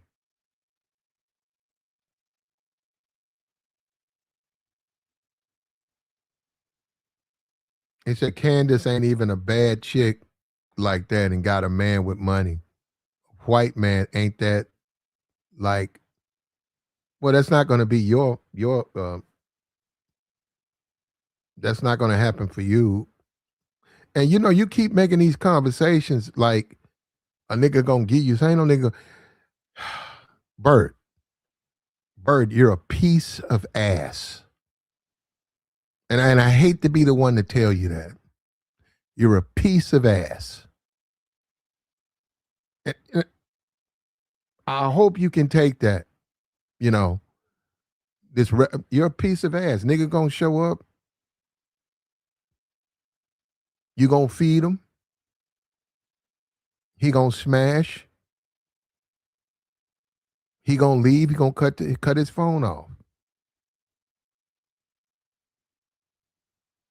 And you better be happy that you're getting it like that. Because you're mad disrespectful. Look, shout out to Big Red Rig for the $20 holler. Appreciate you, brother. Appreciate you, whoever you are. We hope you're driving, watch yourself, man. I saw some dude's truck today, man. That dude stayed, the back of that trailer, the back of it was staying across the line. It wasn't all the way. He was in the left lane, but half his truck was in the right lane. It wasn't all the way there. But I noticed, I said, man, why is this trailer like hanging I don't know, man. Is that a wrong way to drive? He didn't have it straight. It kept leaning. It was just leaning and you could see it. And I was like behind him. I was like, man. I said, I'm going to pass him when the lane get clear, but half his truck is in the lane. So maybe he had maybe his thing was messed up.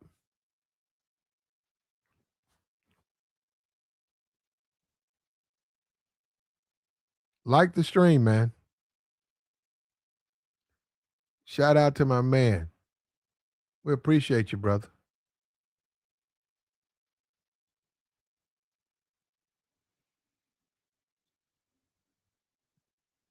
Bro, we got some dudes. Y'all been up, bro, all night. Nigga up here talking about virgins. Bro, you crazy. You get this shit out of here. You niggas, some of you niggas, man. Some of you niggas, bro. That nigga said virgin. Are you serious, bro? I hope you like 18, bro. You niggas done watch way too many movies, man, and to even say some shit like that.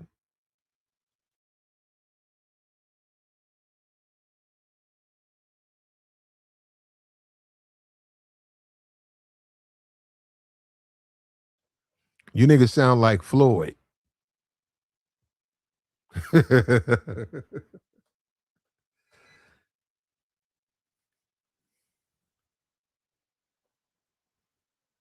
Say he's a follower of Islam.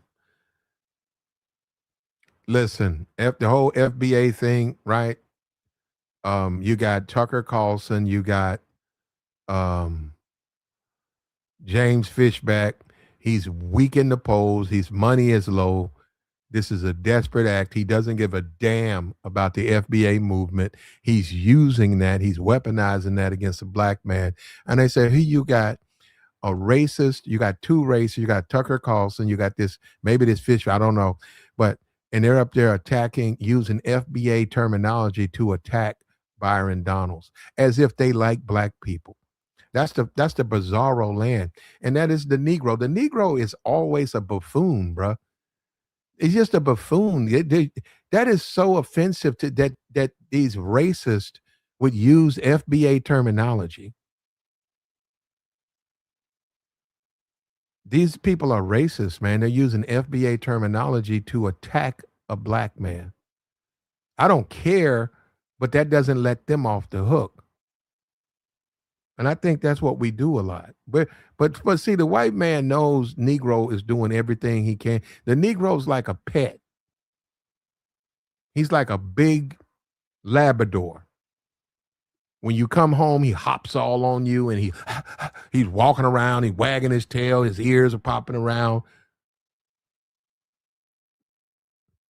That's how Negroes, and they talking about the white man say FBA, these niggas become Labrador retrievers. White man said FBA, white man said, bro, what did that supposed to mean? That man was a racist, bro. That man don't care about it. He certainly ain't for no reparations, man. But hold on, let's only ask the Negroes about reparations. We ain't gonna ask the white man. That makes sense though. You want to talk about the white supremacists? White supremacists happy as hell. He said, "Look at these stupid niggas. They only ask each other hard questions. When it comes to me, he gonna kiss my white ass." And he's right. And he's right. He's right. You know, they did that to Jesse Jackson. Jesse Jackson said, "Well, y'all keep asking me all these questions." He said, "Every question you ask me got something to do with the black community." He said, "I'm running for president of the United States."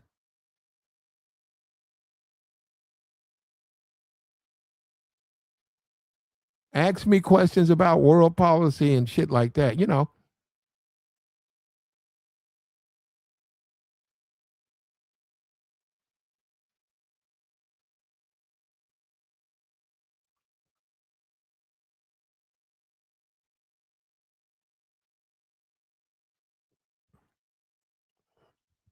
He made a good point about that. Yeah, he's right on time with that. But then again, when you're dealing with Negroes and they don't know anything about and that's the thing about Tucker. Tucker's a brilliant. Tucker has a brilliant mind, and he's very manipulative, and he knows how where he wants his Negro. He wants his Negro under his foot, under his heel.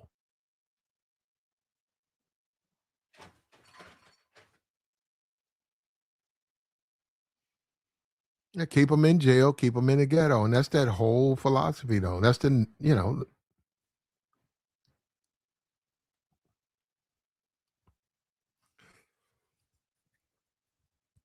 he said Obama didn't do nothing for black people. He had to go through Congress. The Negro thinks somebody just gonna give him something. His whole mind is gimme. He's like a kid, bruh. And I watched it. I said, man, look how these niggas think. Give. I said, they don't give you nothing. You gotta earn that. Obama didn't do nothing for black people. Well, Congress, he does have Congress. Just because he said that don't mean it can happen. All of these executive orders that Trump got, they mean nothing. They have to be funded. He can make 1,000 executive orders. The next president gonna come in and dump them in the trash.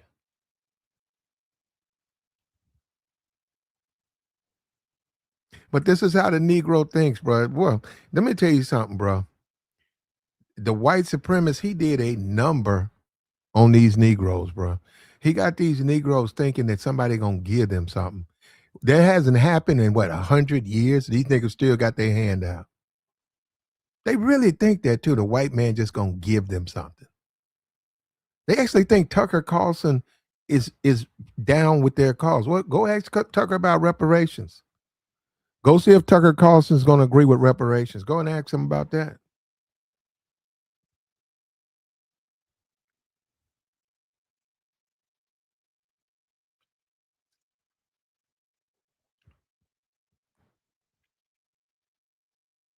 I agree with you. He said the first 2 years Obama had Congress. Okay. What was going to be the plan? Because Obama himself personally is not for reparations. Obama, forget Congress. Obama stands up on both feet and say he's anti-reparations. What is he would have rejected that. If somebody would have got that through Congress and it hit his desk, he would have said no.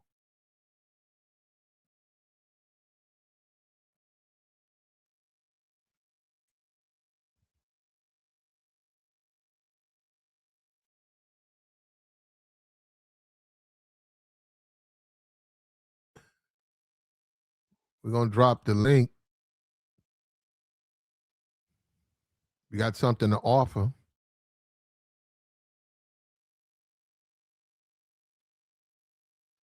But then again, people just don't and the white supremacists made it like that. People just don't understand politics. And that's why the Negro never gets anything, because he thinks it's like that. He thinks that if he kicks his heels in the air that he's going to get something. And you know what? I see that too.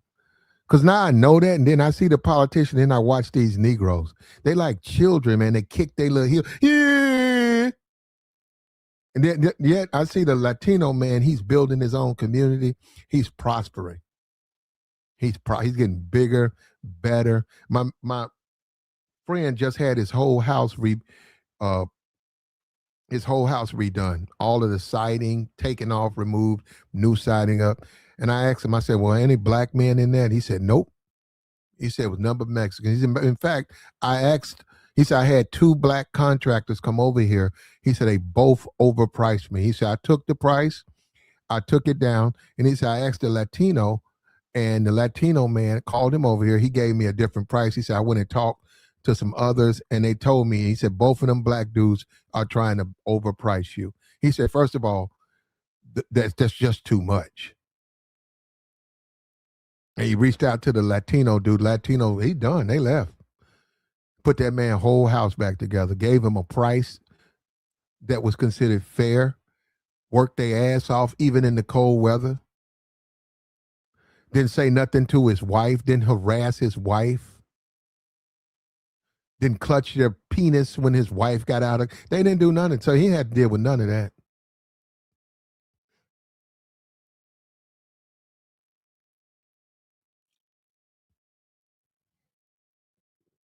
She said, you think the price was cheap because they're illegal? Maybe. They still did the job, right?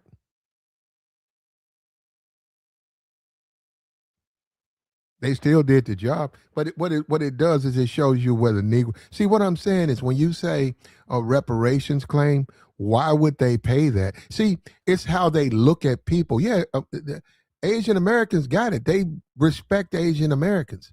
Jews got it. They respect Jews. They don't respect black people. That's why they're not going to pay them. See, I know that. I'm a black man. I'd be first in line. I don't know what, and that's just nonsense that somehow in a way, if you say anything, any type of skepticism, the white man, I'll say right now, white man ain't gonna give you no reparations. I don't care what YouTube niggas think. YouTube, hey, you barely got a channel. The Mexican ain't on YouTube talking about his problems. The Mexican is solving his problems. It's the Negro that's on here whining for the white man. We just had a dude in the chat talking about he don't like white people. His bum ass ain't got a pot to piss in. If it wasn't for white folks, he shit on himself. And that is the Negro. And they know that. They know what they're dealing with. They know that. You think they don't know that? And that's why Tucker laughed. Him and that white man, they laughed at that.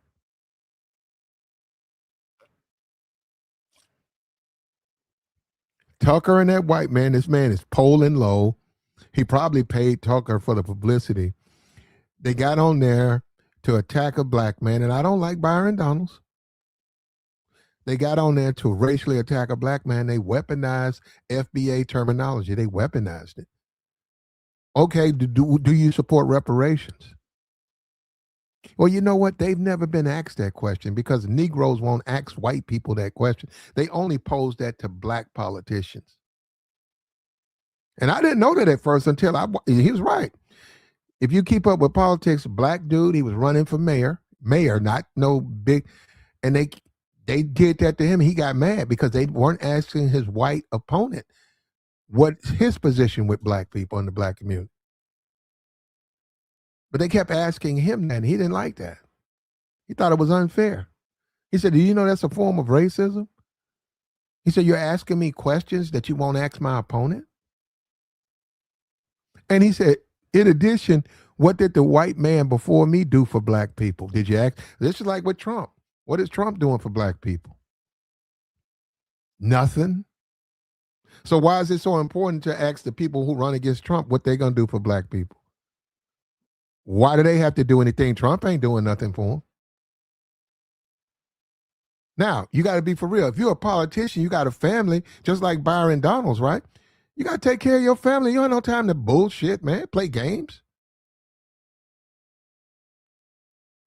Byron just got $47 million donation to his campaign. I don't know if he'll win in Georgia. I don't know if he's going to win. I think a Democrat going to win. But that's a lot of bread, bro. 47 million? That's a lot of bread. And look, he got this white dude right here on the ropes. This white dude's got to throw out racism. He's got to attack him. He's got to use FBA terminology to attack his opponent. He don't support the FBA. That's an act of desperation. But the Negro thinks because the white man says his name that he's special. Ain't that something? And we still suffer from that. All the white man got to do is say his name. Hey, Leroy. The white man said my name. Oh, it's so great. It's the greatest thing. Oh, man. These niggas, bro. These fucking monkeys. Let me tell you something, bro. Just keep living. Just keep living, and the truth is going to set you free. Just keep living. Just keep living.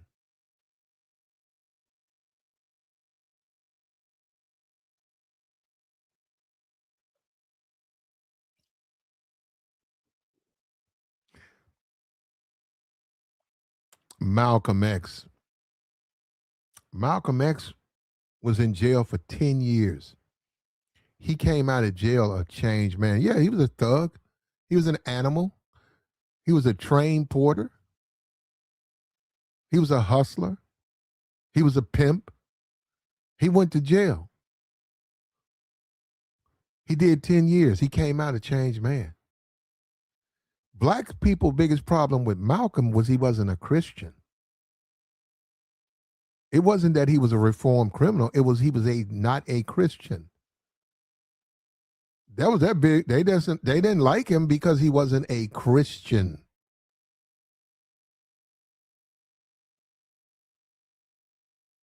And don't even get me on Muhammad Ali.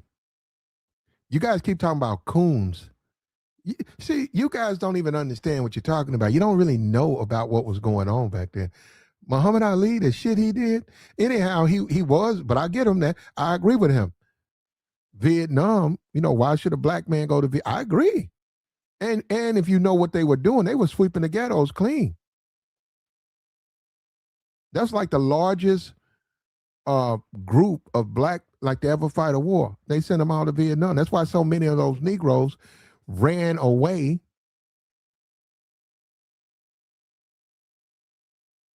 became traitors, went to Vietnamese, and there's a contingent of blacks in Vietnam to this day that those black men, they never came back to America.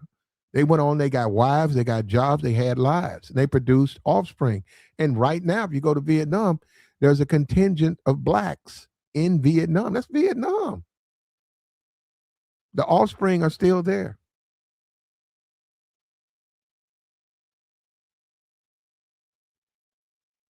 That's if you keep up with history. You would know this. So you don't keep up, just run your mouth. You know what you're talking about. Black people didn't have a problem with Malcolm X being a thug. They had a problem with Malcolm X being a Muslim. You talk about the black church, we talking about the 2026. Man, back in the 50s, the 40s, the church was everything. Everything. It was everything. And they were not feeling no Muslim. They weren't going to become no Muslims, or as they call it, Muslims.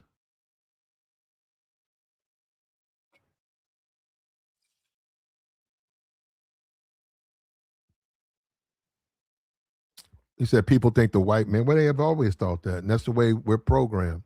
That's more programming.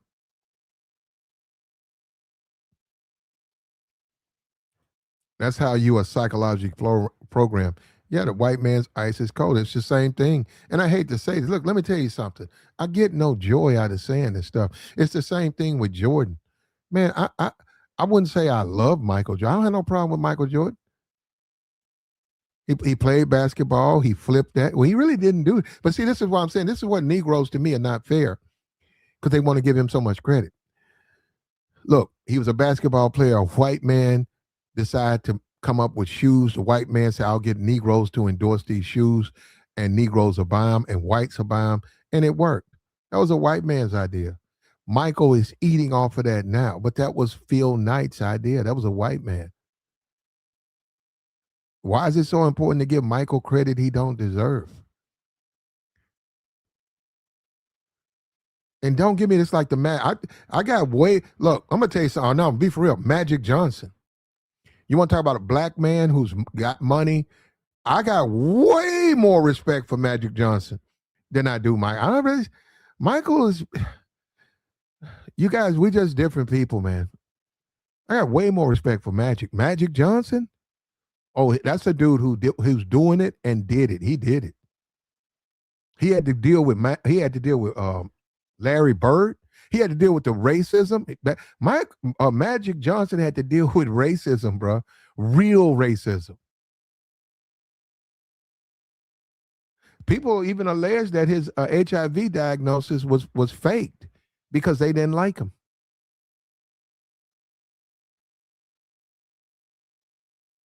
But him beating Bird, going against the grain in America, Magic had to deal with that. Michael didn't have to deal with no shit like that. I saw Michael play Steve Kerr one time. Is it Steve Kerr? The Canadian dude, the white dude. No, it wasn't Steve Kerr. What's that white dude? Nick? Is it Steve Nash? Steve Nash. I saw Michael Jordan match up with Steve Nash. And you know Steve Nash plays soccer, right? He grew up playing soccer. Man, he ran Michael Jordan's fucking knees off. By the third quarter, it was funny, man. Michael Jordan was done. He called himself defending him. He was going back and forth. Well, man, I said, man, that dude, Steve Nash. Yeah, Steve Nash he could shoot. But Michael tried to match up with him, man, and it was like an age difference. Man, he ran running ass white boy, bro. He run court to court in the whole game. The whole game, he go back and forth to get the shot. And you got to run through the picks. That's going to wear you down, man. You got to run through picks, and he's shooting and he's making his baskets. Then you got to play offense. Then you got to go back and play defense. And Michael tried to match up with him, bro. It was sad. It was sad to see that, man. I said, I don't know if it's a smart idea to try to defend him, but he had to. He needed to because he's making all his shots. And he wore his ass out.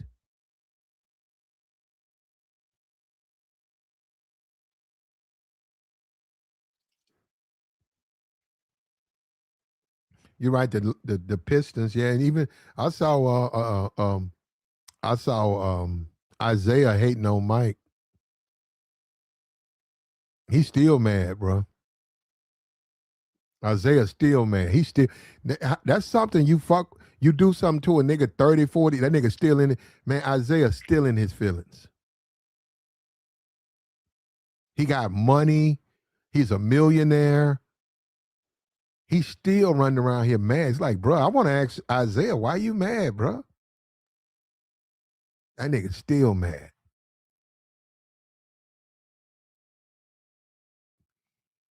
That nigga's still mad. 40 years later. That nigga sitting on podcasts in his feelings talking about Jordan.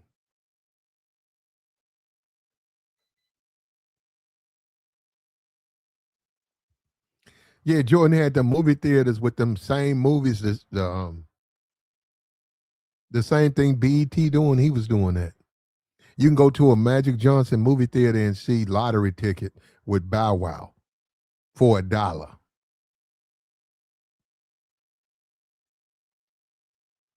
I was in the black community in the movie theater, man. I swear, the nigga stood up. It was about half full. The movie was going on. The nigga stood up and yanked the seat. I'll never forget this.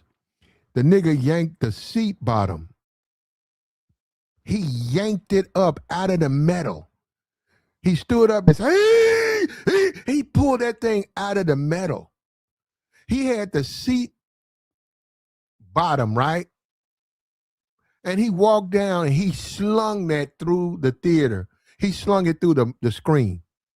So when you watch the movie, it had a big hole And then the nigga hit the bottom doors. He just left.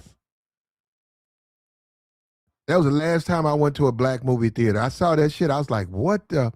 I saw that. That nigga threw that through the little screen and hit the bottom. I don't know if he didn't like the movie. He had issues with the characters. He had issue with the plot line. That nigga stood up, yanked his seat bottom up out of the metal. That's how strong he was. He yapped. And in front of everybody, he walked down to the bottom and flung that, which I don't even know how he done that. He flung that seat cover through the middle of the screen and put a big hole in it. I had to watch the rest of the movie with a hole in the middle of the screen.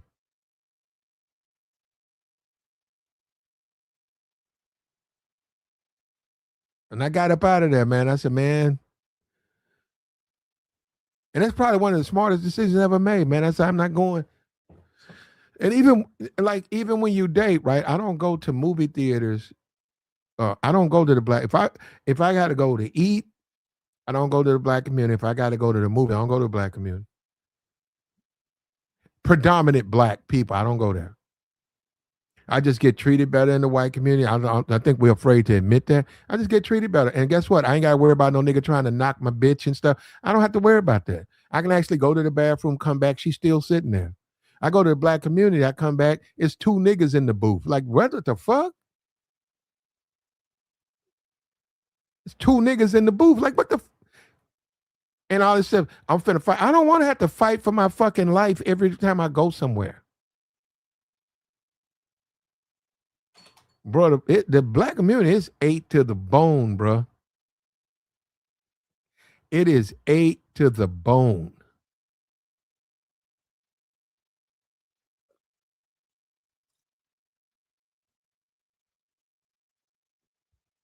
Yeah, I learned my lesson, man. So I go there. And like I said, when I was overseas, I didn't hang out with Negroes. They said where all the Negroes go. They go to Jay's. I said, well, that's where I'm not going. Yeah, man. I went to the foreign clubs and the white clubs. I had no problem. Used to see niggas coming back to the ship, head split open. Nigga got popped upside the head with a beer bottle, fighting over one of the women that's smashing all of them. He done got his head split. I said, man, I'm not going nowhere near that club.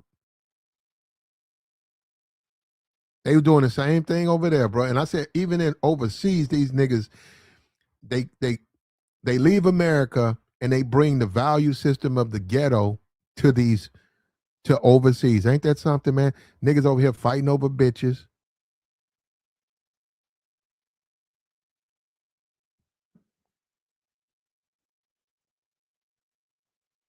Like the stream, man. We got the join link posted, man. If you're not mentally ill and you know how to speak without insulting people, you're welcome. We got the join link. We'll take your thoughts. I saw that. I lived over there. I know exactly what they do. And I got as far away. And also, let me tell you something else. I don't particularly care for foreign women who like black men. Yeah, now hold up. If I'm the first bite at the apple, yeah, of course. But I'm the coming in behind Negro. No, sir. Not me. Not me. If she been dating black men and then I show up, I don't want to date her. Now, a pump and dump and something like that, okay, it's possible. But dating, fuck that. No, I'm not dating you. And you ask them, like, why do you have the worst aspect of black women? No, I'm serious. No, when you sit down, you take them on a date. So you like black guys? Yeah, I like. So what you like? I like Sexy Red. I like music. I like her music. So okay. So what else you like? I like Glorilla. So okay, so you like Anita Baker? No. Okay. You like the black women who are not necessarily animals? No, I don't like. I like animals. I said, yeah. See, I don't take to. I said, nah, man. I said, nah, that's a no for me, bro. I said, hell no.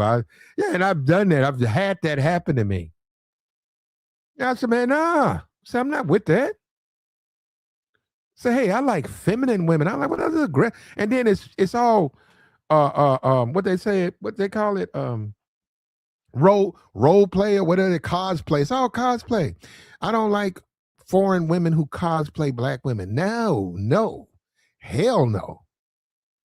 Their idea of a black woman is what they see on TV. I don't like that. Because they don't even realize, say, hey, do you know not all black women are like that? Not all black women have colored hair and they ass out. Do you know that? They don't know. They think they all like that.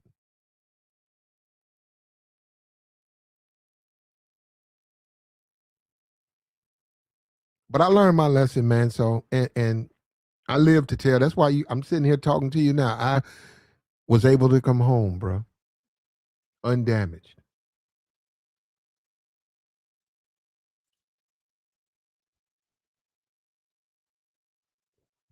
You got two white boys comfortable saying FBA, not bringing up reparations, laughing, giggling, weaponizing it, attacking another black man who I don't like, Byron Donalds. Racism is still racism, though, right? Should he suffer from it? I don't care. Does he deserve it? I would say yeah. But that doesn't get them off the hook. There's still two racist white boys who don't have the best interest of black people at heart. They do not. Don't sit up here and tell me they have the best interest of black people at heart. They could give a damn about FBA. They certainly don't care about reparations. This is a manipulation tactic, and we need to be smarter than that. What's up with you, Mike? Hey, what's going on? What's going on? Yeah, what's up with you? Happy New Year to you. Happy New Year to you, man. Yes, sir. Yes, sir. Well, you know, I agree with what you were just saying. It's a brilliant tactic. But you know, the guy that was running against Byron Donalds, he said the FBA association in Florida is the one that called him. Yeah, I didn't even know they had. I didn't know they had he one. said that. Yeah, they have an FBA. So he said they called him down there in Florida and told him about Byron. Go ahead. Help me out with that. So FBA has chapters throughout the United States? And I didn't know that either, but they said he said the FBA association in Florida called him up and told him Byron Donalds' background by I think his mom or dad is Panamanian and the other one is Jamaican. Well, let me ask you this. You know, Byron, is it possible James Fishback is lying?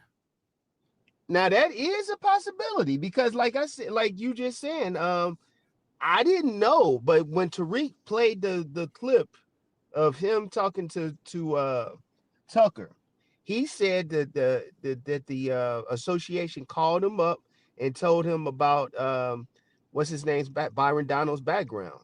So he could be lying because, like I said, that's a brilliant tactic to use against Byron Donalds.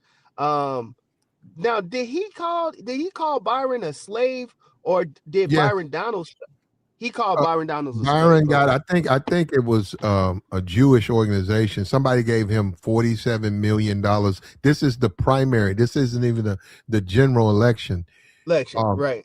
And Trump endorsed him, which I think he's ignoring that. Trump endorsed Byron. I think that's more problematic than anything else. But because I'm saying he's got to run against him, and Trump's endorsed him. He called him a slave because he took the money. He said, you're going to be a slave to that donor. And he's right. Oh, well, yeah, for sure. Yeah, that's what it's all about. You take that big money, shoot, you got to do their bidding.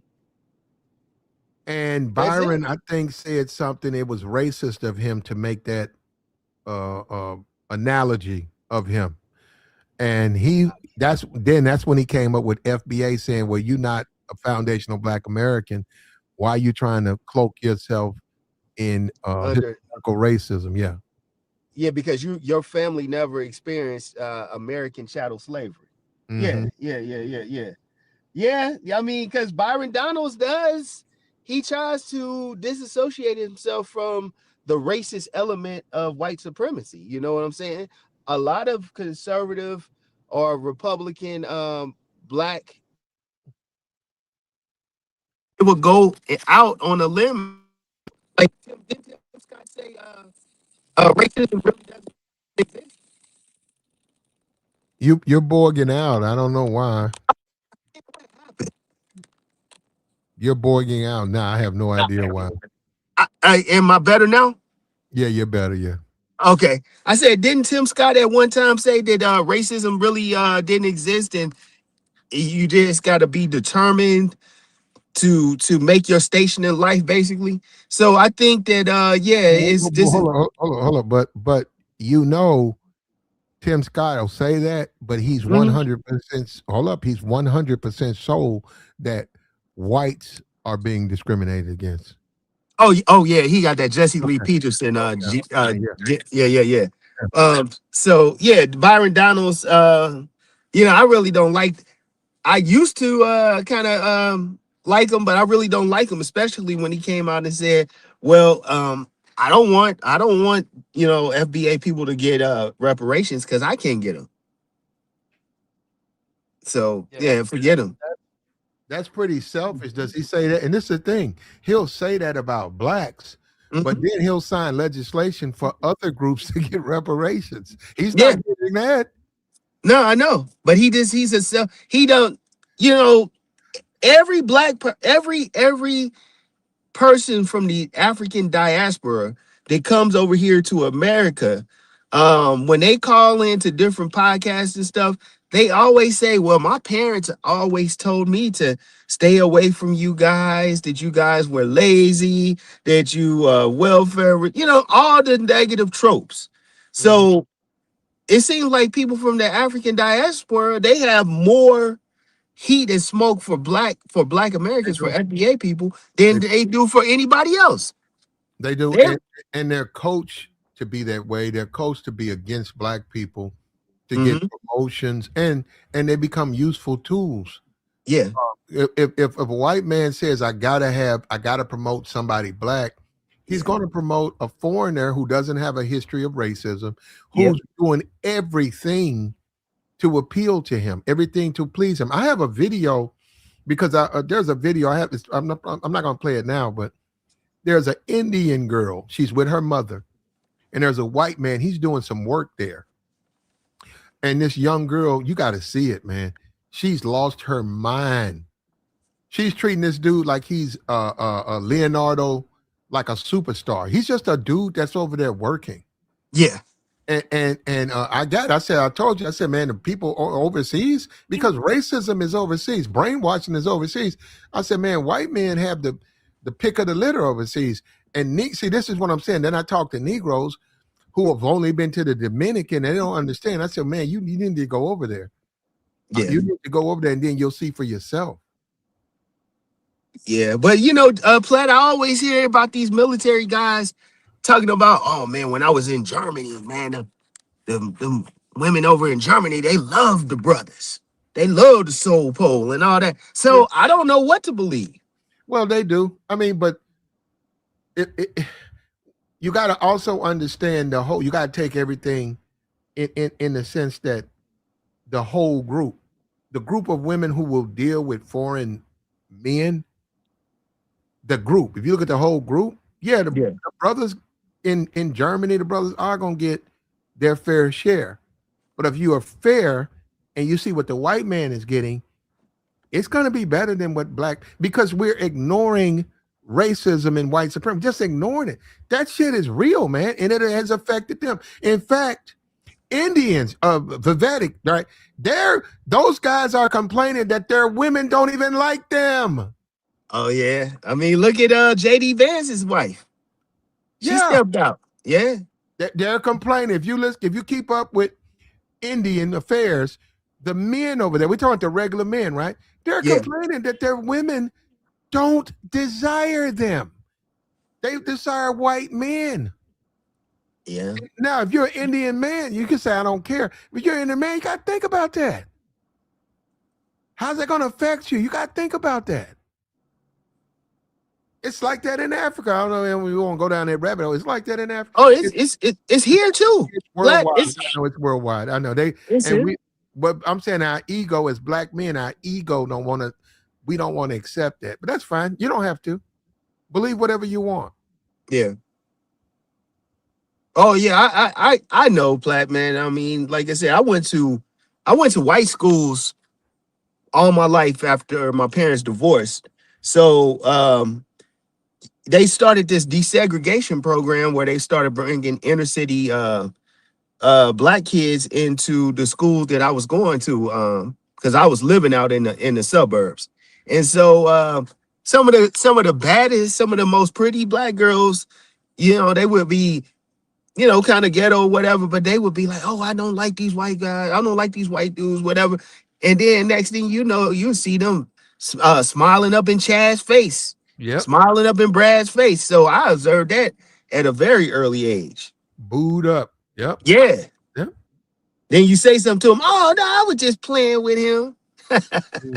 There was a chick, I remember I was in Florida. I was 18. There was a sisterhood. She was swole. Yeah. I mean, she was straight, bruh. All the brothers wanted that, man. And she wasn't disrespectful, but she can do what she want to do, right? She was young. She probably was 18. And man, that chick, it took all about a week. It was a white dude. He was like a Vanilla Ice type white dude. He was like a white dude that was, I don't know if you call that cool. He had on a fitted and stuff, and that white dude smashed. That chick turned, she didn't fuck with brothers. No, she used to.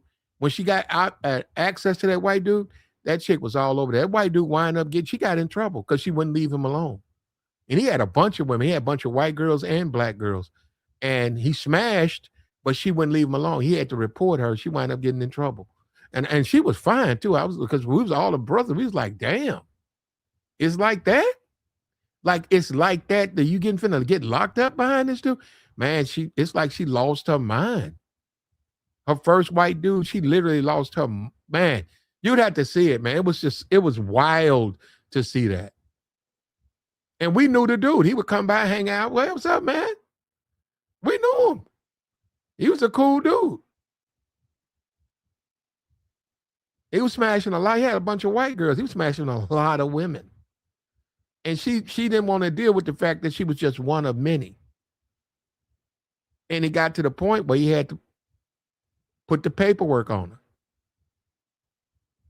Got her ass in trouble. And now that part was sad to see that. To see a motherfucker that thirsty like that, you risk it all?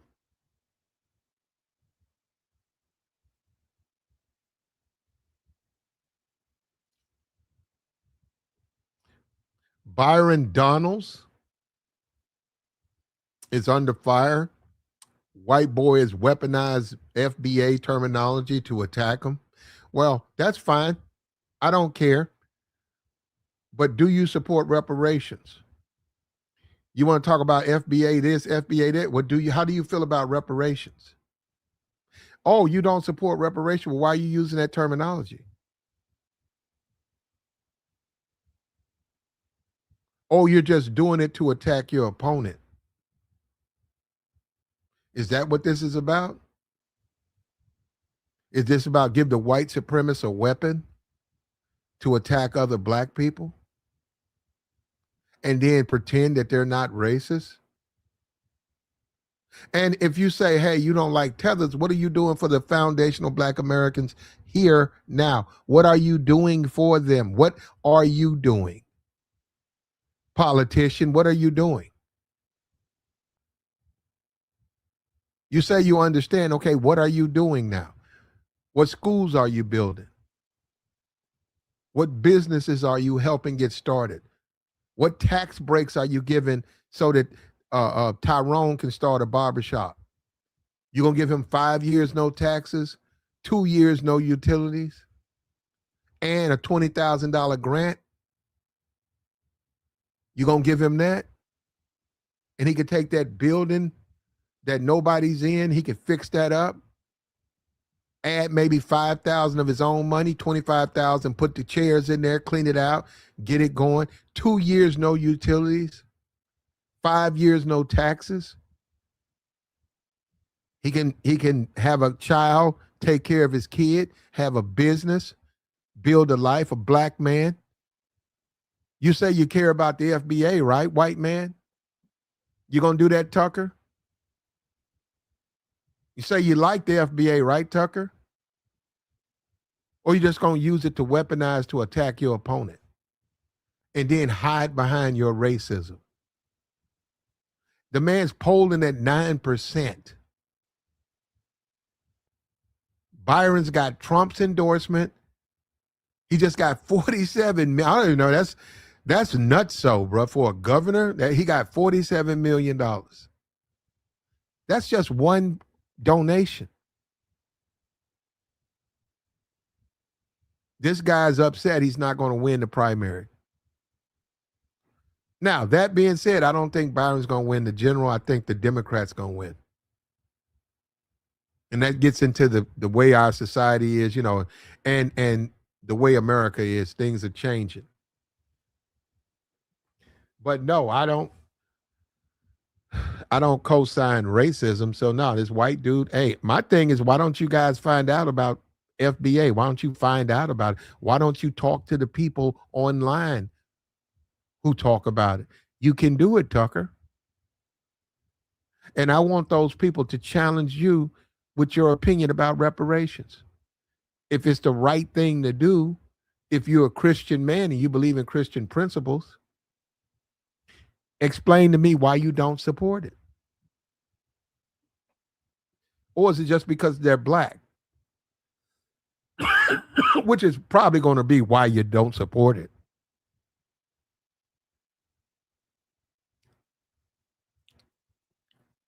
That's probably going to be why you don't support it.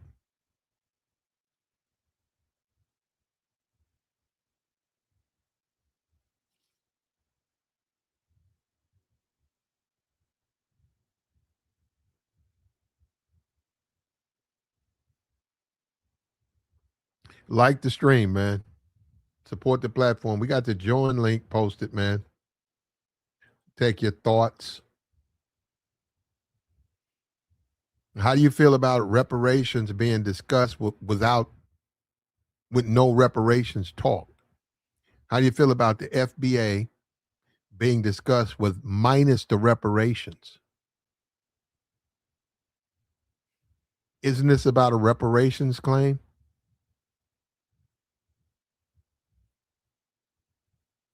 Or maybe it's not about that. Maybe it's about something else.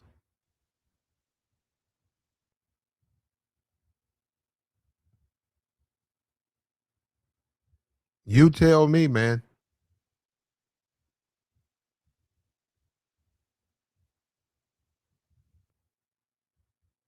Is this about a reparations claim? Is this about saying, hey, black people are owed reparations? Or maybe it's not. Maybe it's just about, you tell me.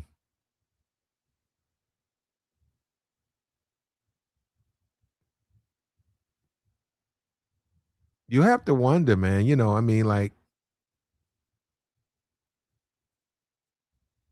And I would say the same thing, even with ADOS. I'd say the same thing. What is this about? Reparations claim or what?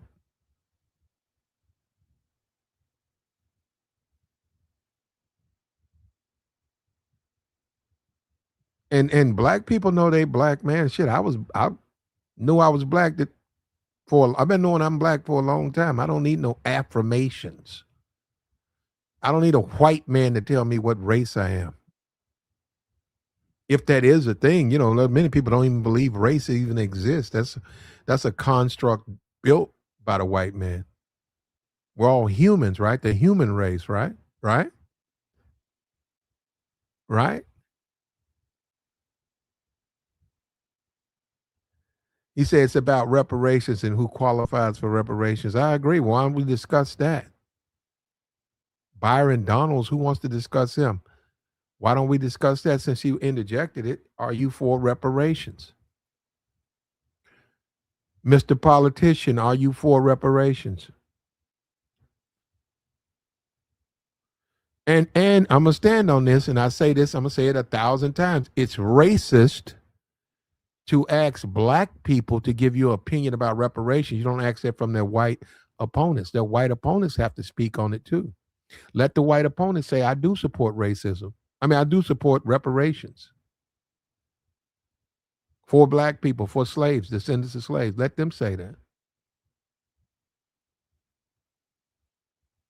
And that's always been the white supremacist created that to, he knows that that'll hamstring the Negro. He knows that.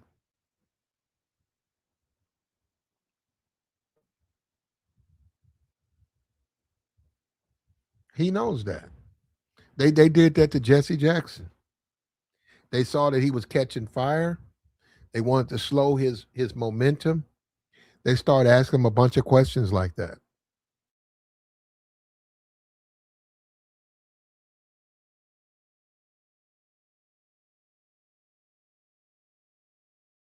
And Jesse Jackson's position was, don't ask me anything you won't ask my white opponents. He didn't say he didn't have an issue on those questions. Yeah, black on black crime, school, education in the black community. He said he had a lot to say about that. But he said, but why are you asking me that, but you're not asking my opponents? That is in itself a racist. You ask my opponent about foreign policy. What's our position on Taiwan? What's your position with China? But you ask me about black on black crime? He's like, what the fuck? Why you? Yeah, he's right. He's right. But see, that's how the Negro, bruh, you know what? I'm going to say this again. Negroes got to understand politics is very complex. It's just complex, bruh. But it's a lot of money in it. I get it. Look, Byron Donalds just showed you 47 million. It's a lot of bread in it. It's more than a YouTube check or a couple of YouTube crumbs. It's a lot more in depth than you think. We got Tucker Carlson. We got James Fishback. They're running against Byron Donalds. Trump's endorsed Byron. He just got 47 million. That's one donate. That's a lot of bread, man. That is a lot of bread. It's got to be something going on with that, bro. That's a lot of money. I didn't even know one person could make a donation like that.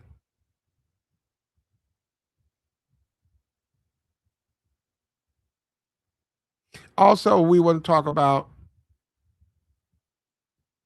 Ryan Coogler. Now, Ryan Coogler is a self-defined FBA. He's one of the few.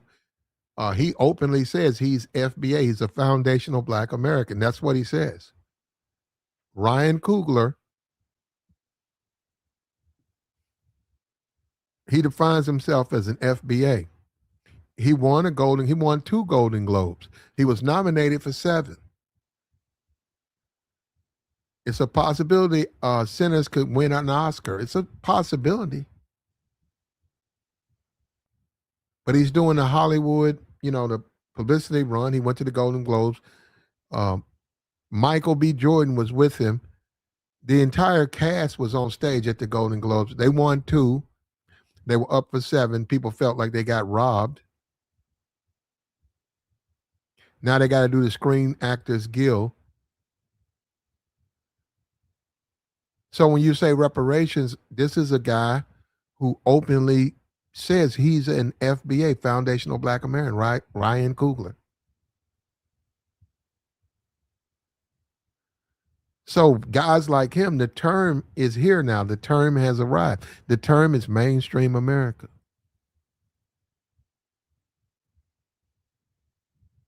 The problem with FBA though is the thugs, the thug class. They're going to co-opt this term, and we'll see how much value it has then. And that's the thing with the black community. You do have like the no jumper. You got the thugs. You got the animals and the thugs. They're going to co-opt this.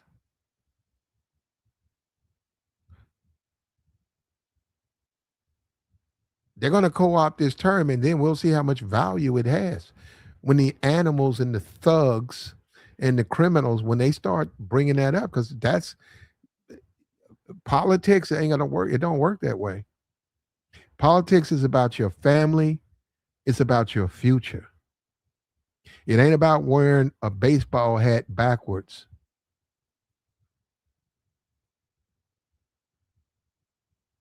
It's not about robbing a liquor store.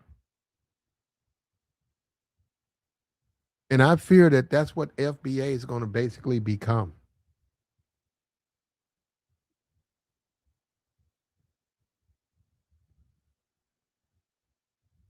Like the stream, man. Support the platform. We got the join link in the chat. You got something to ask, man, we'll take your questions.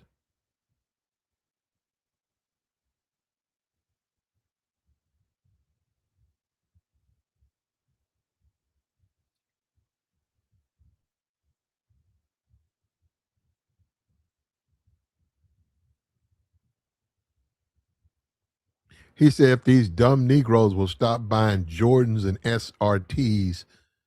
Yeah, I don't even know what that. I know about the Jordans, but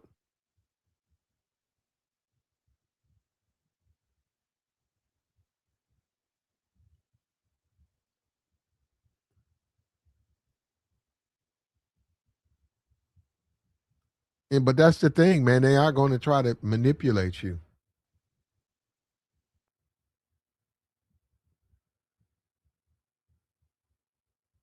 They had a Negro on the news, man. They went to it was a city council person. The news did live. They went live, right? And they knocked on the door. They said, this is the address that this city council person has been reporting for the last 3 years. They went, it was like an apartment. They went and they knocked on it. Nobody answered. They said, we talked to the leasing agent and we made calls, and it turns out this place doesn't have utilities. They haven't had utilities in 3 years. And they said, and they was like saying, so he expects us to believe he lives here with no utilities for the last 3 years. And then the dude, this was doing the broadcast because it's illegal to be on the city council if you don't live in your district, because you have to represent that district. This was doing a live broadcast. Dude drove up. He drove up. The politician drove up, got out of his car. And he didn't say nothing. He just walked in his house. He walked into the apartment. He turned the key. And he was like, do you live here? Do you live here? He didn't say nothing. He went inside and he shut the door. And he answered all his rest of his questions from behind the door. So they caught him. He had just rented a place, but he didn't live there. And they caught him. So then he was trying to cut the utilities on. He was trying to convince us. He was trying to convince the citizens that he actually lived there. And it's like, man, you ain't got no utilities. This shit's sort of ghetto. You know you don't live here.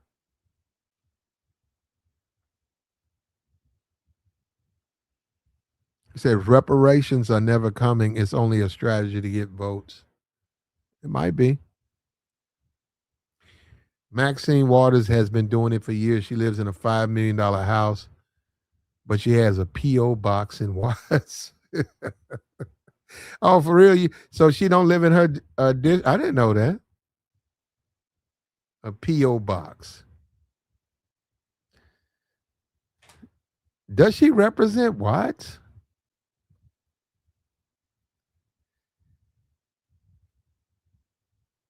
And she's in her 80s, bro.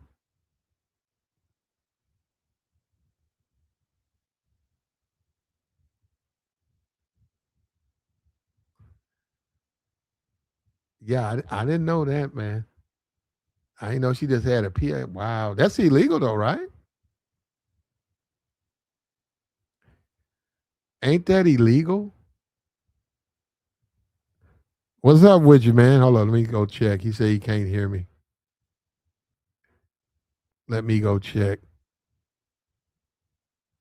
I can find out right here. Hold on, right here. Yes, you can hear me, brother. I don't know why I sound like that, man. I gotta fix my sound. Sound like I got a mouthful of food or something.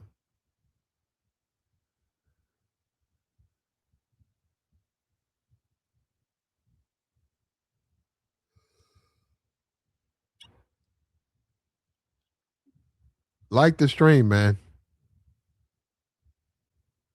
Support the platform.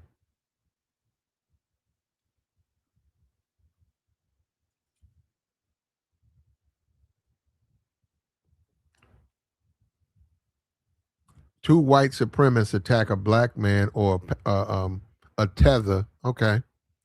But that doesn't discount their racism. And then to think those white supremacists care about black issues, that's just absurd.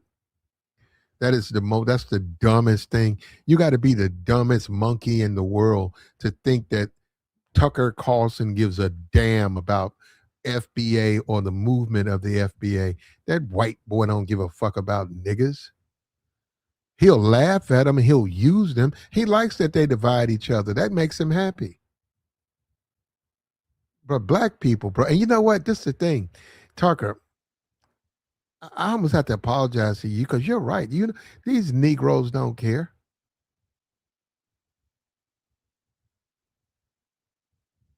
These Negroes will say anything, they'll do anything. It's the whole thing like with Beyonce. Beyonce endorsed Kamala Harris.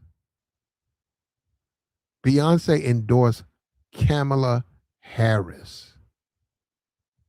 All of this FBA talk and all that stuff, that woman don't do no shit. That woman ain't no FBA. She don't claim no shit like that. And I heard that shit. I was like, what is all this Beyonce and the FBA bullshit?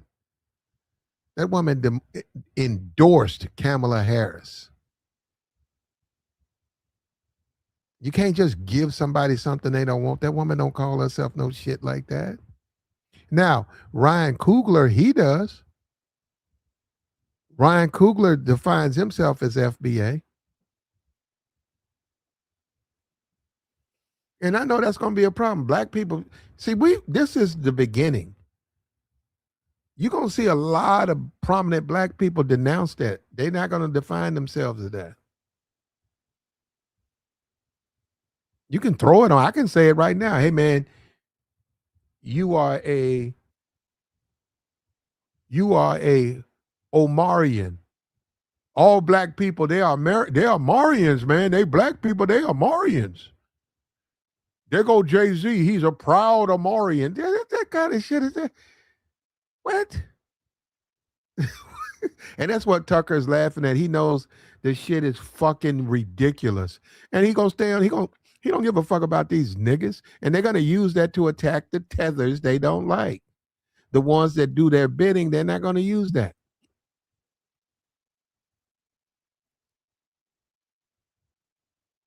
But this is nothing but white supremacy. It's always been that.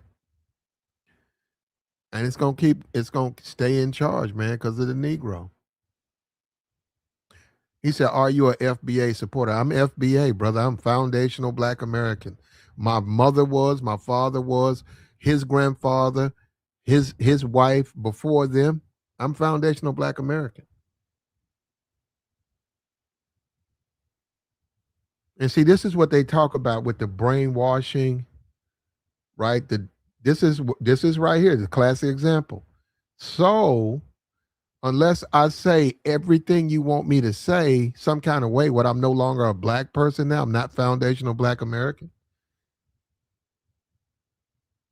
And so you have to look at someone and say, are you that stupid, man?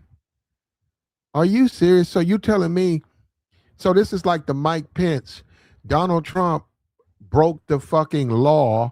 He wanted Mike Pence to do it too. Mike said no. So now Mike's he's not a conservative now. He's a liberal now. Are you sure he's a liberal? Maybe he's following the law.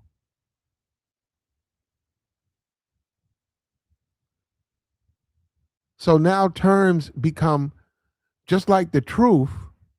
The truth is what I say it is. Now labels it's what I say it is. Yeah, see now that's a road I don't want to go down that. I'm nobody's minion. I'm not a minion for any of these niggas. I wish I would. I wouldn't. Fuck no. But I'm FBA. I'm more FBA. I'm more FBA than 90% of these niggas. Straight off the boat, bruh. Already traced the lineage. All of it.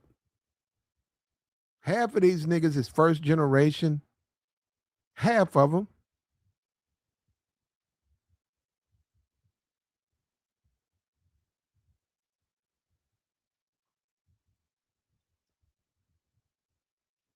But I will give Tariq his credit. He's a marketing genius. He is that.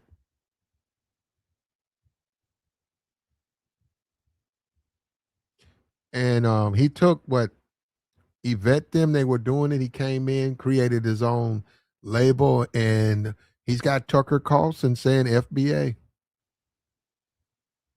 I haven't heard anybody say ADOS.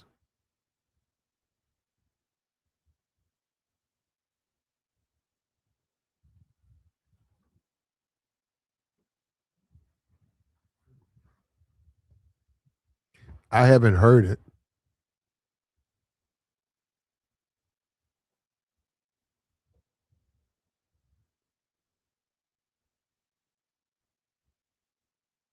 Like the stream, brother.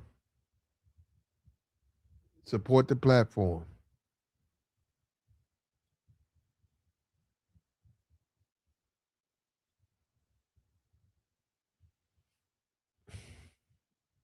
You got two racist white boys talking about FBA. You got niggas jumping up like bitches. That's sad too, brother. No, I'm just saying that is sad. Nah, bro, I'm sorry. I can't co-sign that. I can't co-sign that. I know you do. I know you co-sign that. I can't co-sign that. That's weak, man. I don't need Tucker Carlson to tell me what I am or who I am. I know who I am. And him saying FBA, that don't make me make me get butterflies and want to bounce around like a bitch.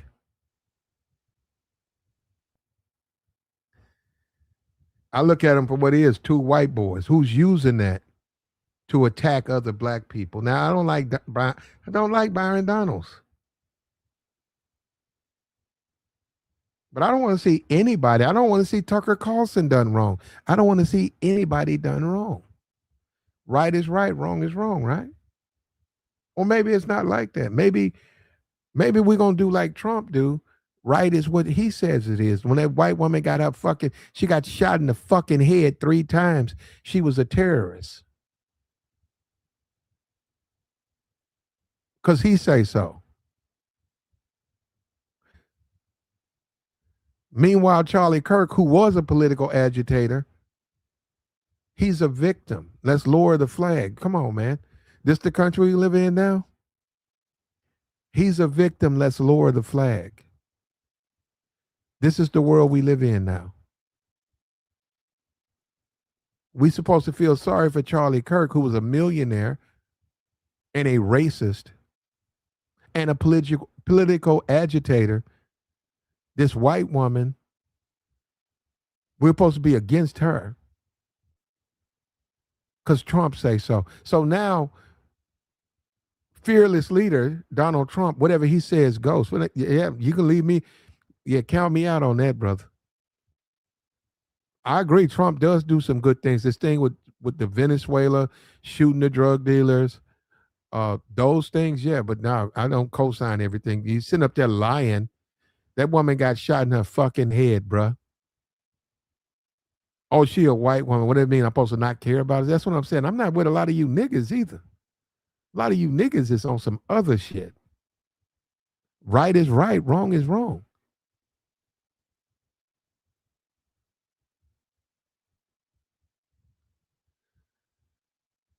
He said, I can trace my lineage back to Louisiana. It's 1795. Yeah. Your family.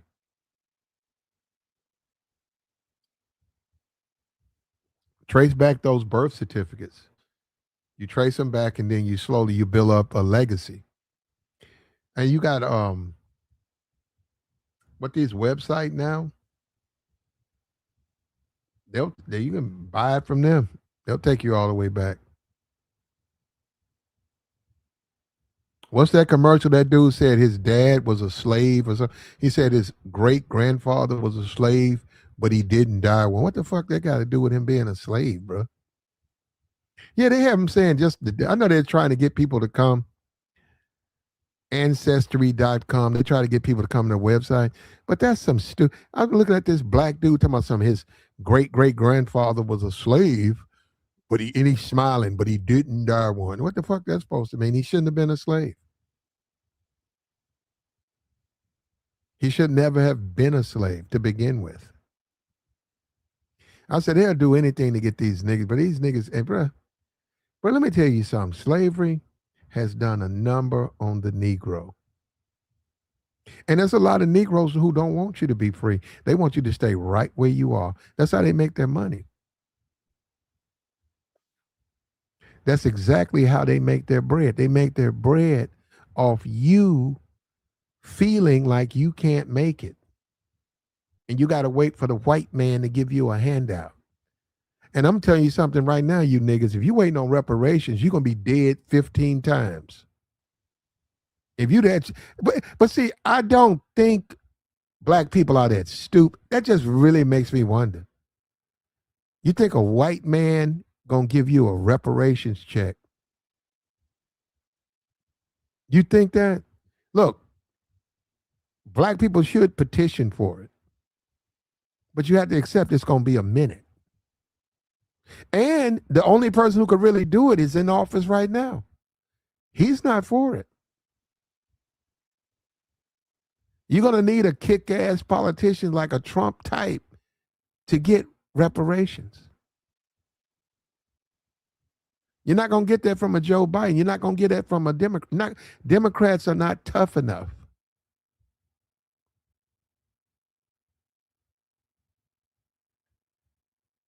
What's up with you, Jay? Hey, what's going on with you, Clay? Can you hear me? Yeah, I hear you, brother. Okay, because I'm driving, so, I am about the sound to interfere.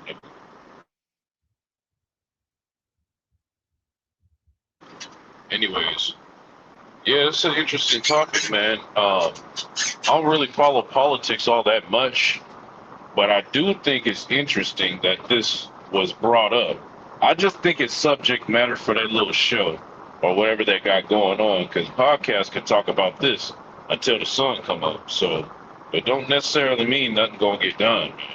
Well, it means nothing is going to get. If you don't do it through politics, if you don't understand American society and the way we live, because it will never be just arbitrary, because that's not how we function. It's just like a panel. You could bring 5 people on a panel. They don't all agree. You have to find a common ground. The Negro, because of YouTube channels, thinks because he makes up some shit that makes it true. That don't make it true. Now, the white supremacist has already adopted the term. He's going to use that to attack his enemies. They said Joy Reid. He didn't bring up Tucker said Joy Reid. They're going to attack black people who fall under the classification of tether, but they're only going to go after the liberals. They're not going to really go after the conservatives, because the conservatives serve them. But when you say other people, that's where guess what? Rush Limbaugh, the white man, Rush. I agree 100% with Rush Limbaugh. What has a Vietnamese person done to deserve benefits when they come to America? What have they done? They didn't suffer. They've never been enslaved. Their family's never been enslaved. Why do they deserve the benefits? As far as business loans, contracts, discounts, why do they deserve it? I see that here. A lot of these Ahabs got all types of nightclubs. They got 1,000 nightclubs, and they got like 2 niggas working in there, and that's it. and they make man, and they be packed. They make so much money off Negroes, and they walk around. They call themselves shit like uh, John Gotti. Like, what's his name, man? His name John Gotti. Who's that dude over there? That's Capone. Yeah, man. Yeah, you you want to have you want to rent out a booth? Go talk to Capone. Be an Arab. Be like, what? So all these dudes list themselves as gangsters. Yeah, I ain't going for that, man. I mean, short little side note. Yeah, I understand what you mean. They wanted me to pay 1100 for a booth, and then it was going to be $400 a bottle. I was like, oh no, we're not doing that. So when you talk about FBA from that perspective, I'm 1,000,000,000%. I agree with it. The black community is being exploited. It's being fleeced. I agree. Why not have a foundational Black American situation where Black people who can benefit can say, hey, I need a birthday booth. I'm doing it over here at Leroy's, and I'd rather spend my money with Leroy. Okay. But see, you got to understand the white supremacist is real. He co-opted the FBA tag so that he can sling racism at a black man. Okay, he a tether. Okay. FBA, I've heard it before. I've heard FBA in black circles, so it don't matter if somebody say FBA. If a black person say FBA, we got Ryan Coogler. He says it. We only care when a white boy, and that's what I'm saying. That's why you have to wonder about the mind of the nigga, because their mind is so fucked up. They so caught up in they want to be a white man so bad. That's what this shit is really about. Them trying to be white. Motherfucker Tucker Carlson. I don't need his validation. Niggas act like 18-year-old girls when Tucker say FBA.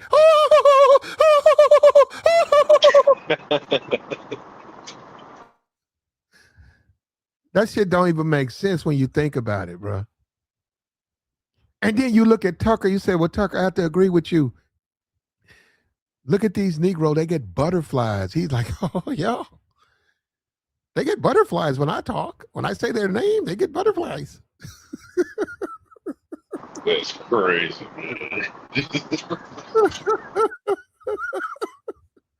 Oh, man. That's terrible, bro. Yeah, I heard you say something about Charlie Kirk earlier, man. I just wanted to tap on that, and then I'm jump down because you cooking. I listened to, I think it's Art of Dialogue, and they had Judge Joe Brown on there, and I like Judge Joe Brown, but he messed up, man. He was on there saying, Art of Dialogue asked Judge Joe Brown, he's like, what do you think about Charlie Kirk's, death and all that? And Judge Joe Brown, man, I do not like his response. He said, man, Charlie Kirk was a good dude, and, he was all right, and, he loved black people and all this other stuff. I was like, okay, ain't no way the judge is saying that. Well, he is saying that Judge Joe Brown, and I'm going to say allegedly, right, for legal reasons, Judge Joe Brown, I think they took his licenses as far as to practice law. People say he's been senile for years. When you tell me stuff like that, I haven't listened to his stuff in years, and I know he's an extreme conservative. They say he's nuts. So I'm saying when these people interview him and they bring him on their streams, that they're dealing with a man whose mind has turned to jelly. Okay, makes sense. Yeah. Of course he's going to say stuff like just nonsense. And let me tell you something. I've seen the way they treat Joe Brown. It's fucked up. You talking about, the coon in it. I get all of that, but these white folks, they treat him like he's short bus. And I didn't like that, man. I was like, damn. See, that's the black community that he's doing it. When he travels into the white community, they treat him like he's short bus. And I'd be like, man, still respect the judge. That's the judge, man. We all go through things and we all change. We get older, but that's still a judge, man. And white folks treat that man like he's short bus.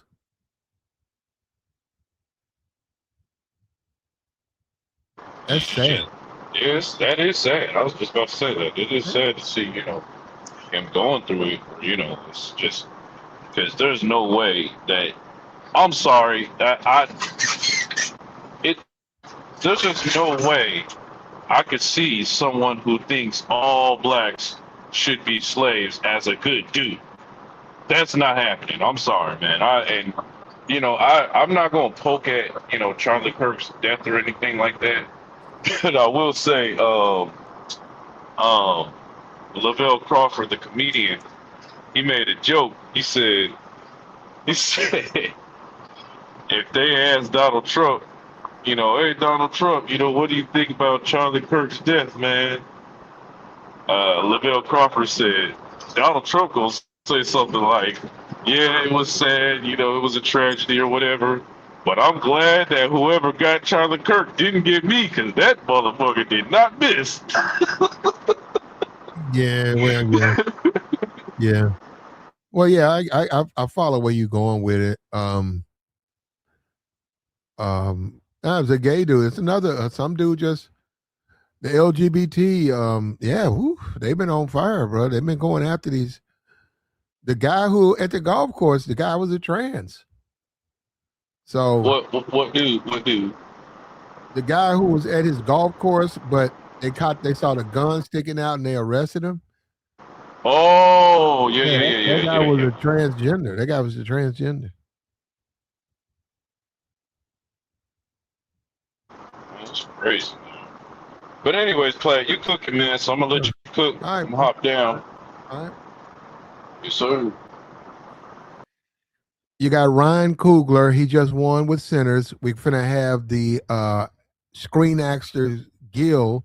I got to go see how many times he's been nominated. A lot of times you have to go by the Globes. I think that it's a strong possibility Sinners will get an Oscar, and I think they deserve one. And also Ryan Coogler. I would rather see Ryan Coogler stand up in front of the Oscars, in front of the world, and declare himself FBA. Proudly say, I'm an FBA. I'm a foundational Black American. Just all he's got to say, I am a foundational Black American. I have way more respect for that catching fire and that becoming mainstream than a racist sack of shit like Tucker Carlson and his little friend right here who try to use that to weaponize that against another black man. And I do not like Byron Daniels. But yeah, let's hope. Ryan, he within the next month, we'll see. Ryan, he'll get an opportunity. And he does declare himself as a self-defined foundational Black American. Put that out there, and then from there, go from it. We can go to it from there. That way, he's not using it in a negative way. Tucker's support is clearly not reparations. He don't care about reparations.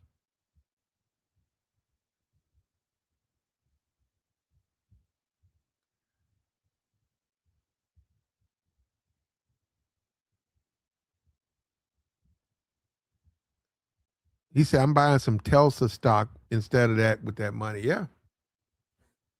Get you some stock, man. We got Tucker Carlson. We got his friend, James Fishback, who's polling at 9%. I don't know how much money he got. He certainly don't have no 47 million. And that's for ads, etc. Your campaign headquarters. What's up? What you have is Tucker Carlson. This is so stupid, man. Tucker Carlson, who never said nothing about reparations. They went in this long tirade about FBA, but they never brought up reparations.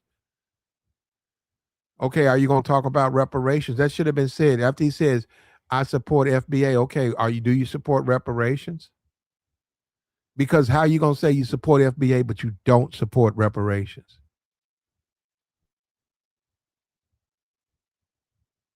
But two white men brought up the term.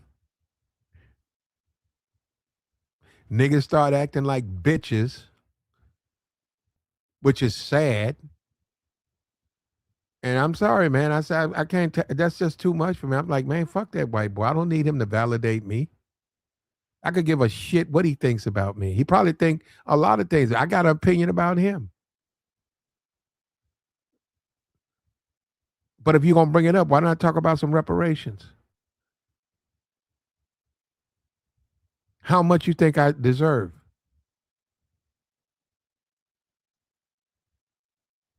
Oh, you don't want to talk about that. You just want to talk about it in a way to attack another black man. Oh, I got you. Oh, he's a tether. Okay. What are you? Okay, he's a tether. What are you? You're a racist.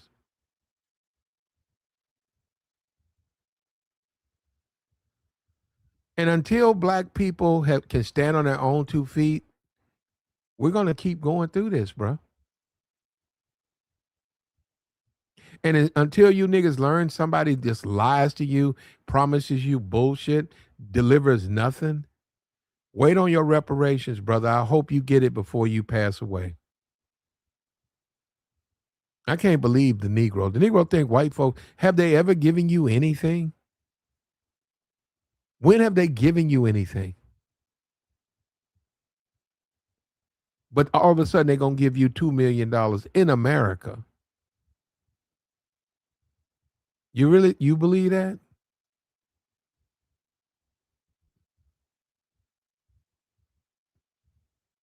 Some of them do, though. Some people believe that, man. Hold on. Let me look right here. Hold up. Fair use. Let me show this. We're going to go over that one more time. We're going to bring that up. Hold up. Let me get this thing.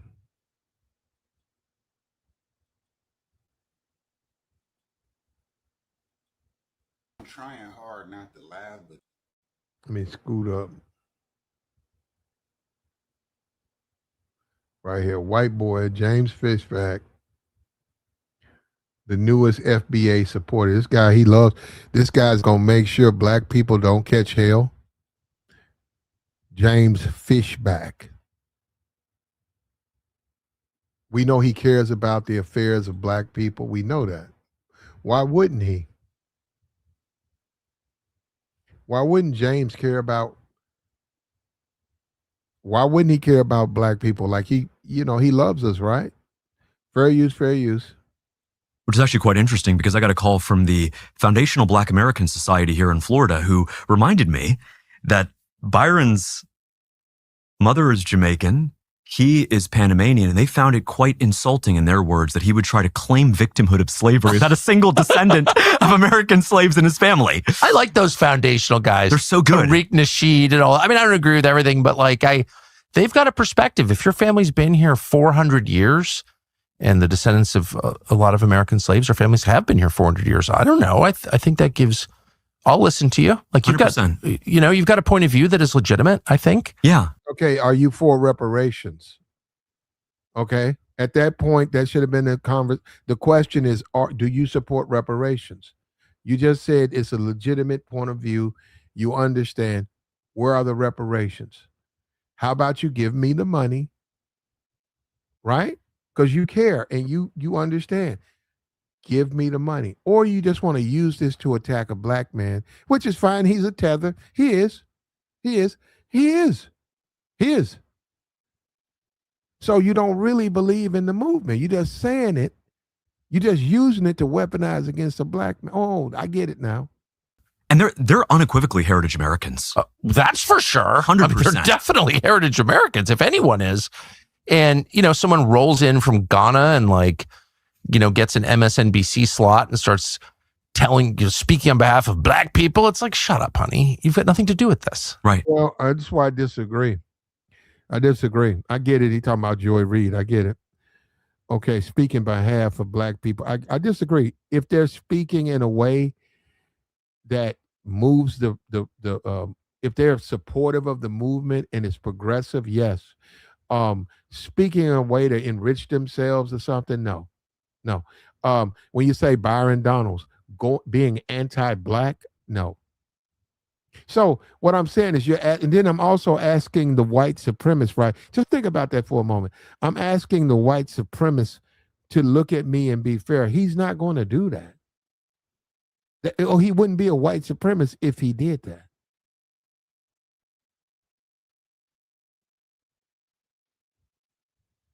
That's Literally. a fair perspective, Right. I think. And so it's good to actually see them call them out for that. That's actually cultural appropriation. Appropriating the struggle of slavery. I totally agree. And the struggle of slavery was real. I don't think Republicans ever want to really whitewash that. It's real. Get the fuck out. Now he done went down the rat. That motherfucker said Republicans don't want to whitewash the history of slavery. That's what they're doing right now. Get the fuck. This guy, bruh. Bruh, you know what, though? I will say this. By them bringing into the FBA thing, they're opening up a conduit, right, to mainstream America that didn't exist. I'm sorry, brother. Republicans are whitewashing slavery. They don't give a damn about it. They want to minimize it. They certainly don't want to compensate. Okay, what about the Democrats? They're not trying to compensate. The problem is, how do you get compensate? Well, you got to go through politics. Well, the immigrant come here and they get a bag. Are you joking? They get food stamps. Get no fucking bag. They get food stamps. Immigrants come to America from Haiti. He'll get a place in a housing project and food stamps in his pocket. And they're limited. So he's got to find a job. It's always the dusty Negro who doesn't do anything that they're supposed to do, who wants to hang on corners, be a nigga, get locked up, sent to jail, back and forth. Just a dumb nigga who thinks white people gonna give him something. Man, what about my reparations, man? You've been a fucking criminal your whole life. Well, what about my reparations, white boy? Y'all gotta give me some money. Y'all gave it to the Jews. Y'all gave it to the Hispanics. Y'all. Well, what about people ain't gonna? And you actually think they're gonna give you? That's my thing. And then you attach. I'm saying, come on, man, you're being ridiculous, right? Right? But they don't think they are. They think that, he think the white man gonna give them a freebie because they say so. Because if you don't give it to me, I'm gonna get mad. I'm gonna kick my heels up. That's how the nigga. And I'm saying this is coming from grown men. This is how these niggas see the world. They're nothing but little ass boys. They're not men. Don't no man walk around here with his fucking hand out, walking around depending on a piece of trash like Tucker Carlson to say his name. These niggas is clowns, bruh.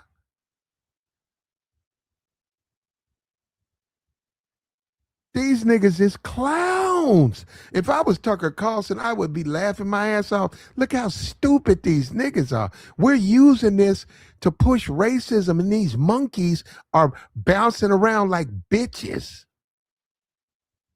They're twerking. Because we say at FBA, these niggas is twerking like hoes.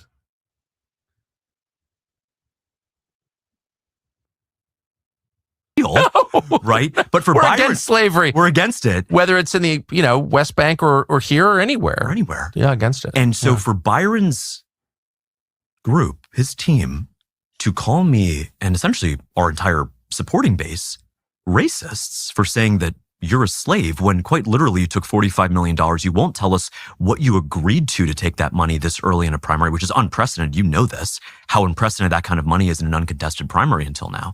But secondarily, to actually go out and try to gaslight us and think that you're just one of those guys that has been here, since the early 1800s and your family was in the struggle too, you're not. And that's a very interesting term that the foundational Black Americans use. It's called tether. They're tethering these tethers like Byron Donalds. Okay. What is your position on reparations, brother? Oh, you don't support reparations. Why are you bringing this up then? How can you claim that you support FBA, but you don't support reparations? Or you're just using that to attack a black guy, hoping that'll get you some play in the polls. Oh, so that's why you're doing it. And you're talking to a white supremacist, Tucker Carlson, so you cool with that? And Tucker said he liked Tariq. Hold up. I think, I'm trying to think. I think Tariq may have been on, I don't know. That's years ago. Was that Hannity or Tucker? It might have been one of them. There we go. You're racist for that? They did. Which is actually quite interesting because I got a call from the Foundational Black American Society here in Florida who reminded me that Byron's mother is Jamaican, he is Panamanian, and they found it quite insulting in their words that he would try to claim victimhood of slavery without a single descendant Look at Tucker. of American slaves in his family. I like those foundational guys. They're so good. Tariq Nasheed and all. I mean, I don't agree with everything, but Yeah, you don't agree with any of it. See, that's what I'm saying. He's lying. He doesn't agree with any of it. Now, he may like Tariq, but he doesn't agree with that political position. He certainly don't agree with reparations. He doesn't agree with reparations.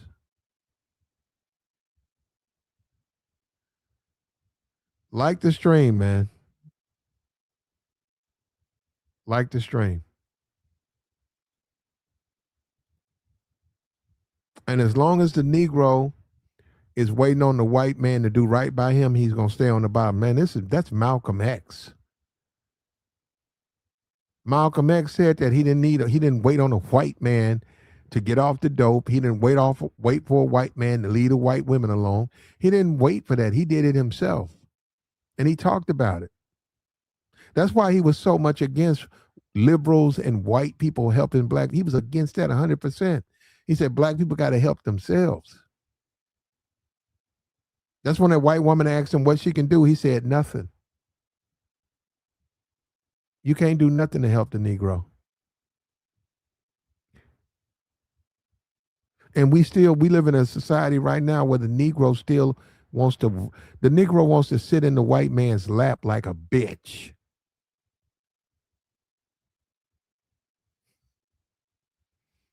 What happened to the warriors, man? When you talk about the Black Panthers and stuff, what happened to the black men who were rebels, who went against the grain? They weren't trying to get the white man to say shit for them. Hey, white man, say Black Panther. They didn't give a damn what the white man thought about that. I'm a Black Panther. Give a damn. You don't like it, and what?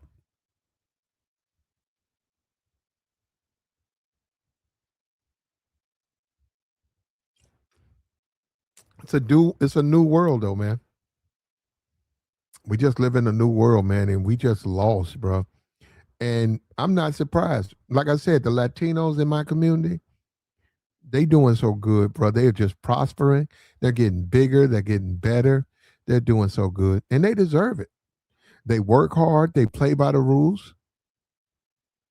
The Negroes are just laying out at the gas station. You can't even go get a cupcake without 1,000 niggas begging you for change. You go online, you got niggas who talking about they hate white people, yet they eat off them. They need them. It ain't like they out in Utah and they've built a log cabin and they have wood and they hunt and they fish and they say, I don't like white people. They're it's not like they're doing that.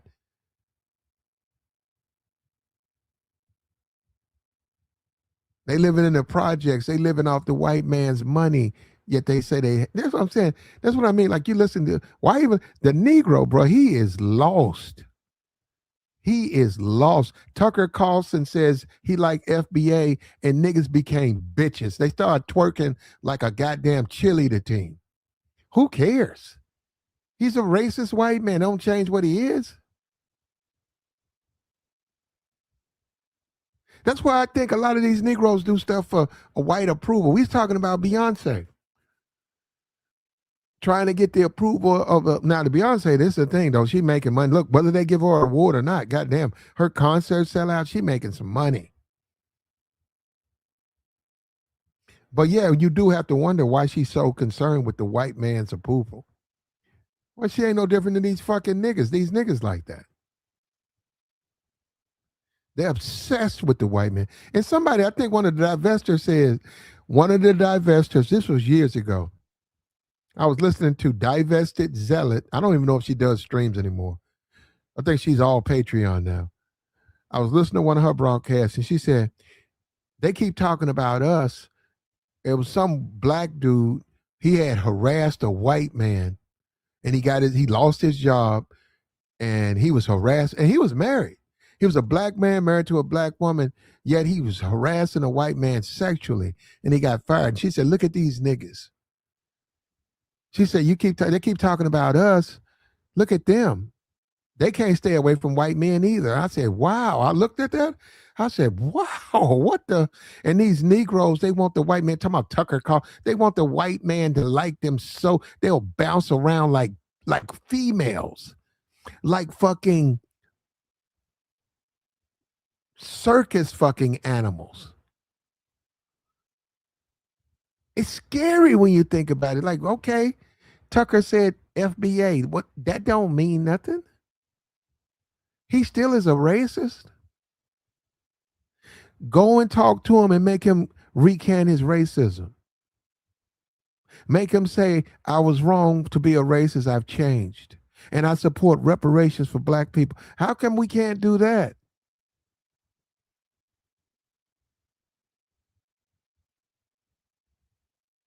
He used the FBA label to do what? Attack Joy Reid. He didn't attack Brian Donaldson, he attacked Joy Reid. He's going to use that again. Anybody he's going to use, that's what I'm saying. So you have to remember that. So you say, hey man, use it, but do you support reparations? Oh, you don't support reparations, so why are you such a fan of FBA? Oh, because you want to use it to be racist and hide behind it. Okay, I get it. I get you now. I understand now. James Fishback appeared on Tucker Carlson's show. He went on long tirades about FBA. He went on to Byron Donalds. He called Byron Donalds a slave because he took money, which is fine. Byron made the claim that it was racist. He went after, then he took FBA language, and then he started making a big deal about the FBA. And it's good. No, it's good to discuss that topic on Tucker's show. I agree. But somebody should ask Tucker, can they come on and be a little bit more specific about what it means and what their goals are? And Tucker, you bought Nick Fuentes. Why not? I want to see Tucker Tariq. I want to see that. I don't know why we can't. Why not? You put Nick Fuentes up there. Let Tariq come up there and have a discussion. And let him ask you about reparations. Do you support? If you don't, why? How you call yourself a Christian? How can you agree that blacks are owed, but you don't agree that they should be compensed? Your logic is faulty. Explain to me why you think like that. That's what I hope.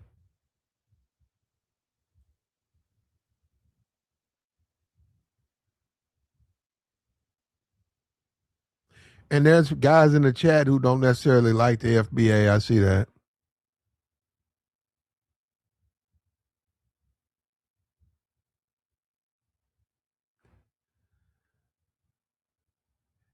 Like the stream, man. We got the join link posted, man. We'll take your thoughts. We got James Fishback.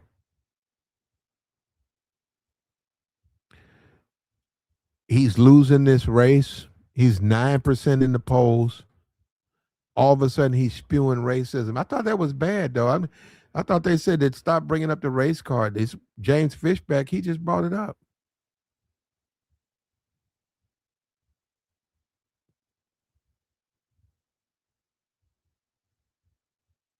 It's like the white boy in California, the Republican. That man didn't want for no reparations. He did that to attack his opponent.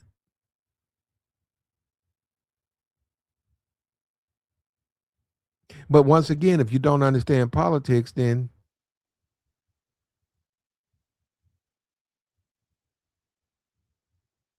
you're just going to be confused. That's what Neely Fuller said. Neely Fuller said, if you don't understand white supremacy and racism, everything else is just going to fool you.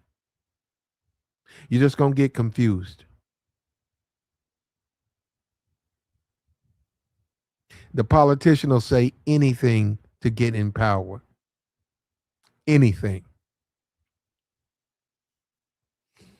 You got these Negroes that Donald Trump let out of jail, and they on here talking about how Trump is great. Well, how about you not be, okay, Trump let you out. He's great. Well, nigga, well, how about you follow the law and stop being a goddamn menace to other people? You harmed black people. You filthy fucking animal. You harmed black people. Trump let you out. You telling black people Trump great. No, you not great. Give a fuck about Trump letting you out. Well, how about you don't menace black people? And that's what I'm saying. You and black people have to deal with this. Like, what this stupid nigga think because they let her out of jail that it's okay that I'm supposed to like Trump? You're a fucking menace.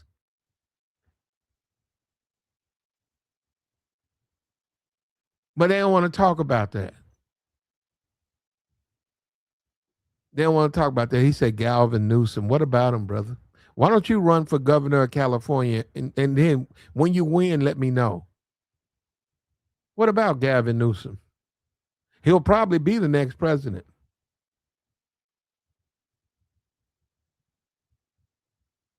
And remember, Kamala Harris got 80% of the black male vote, 94% of the black female vote.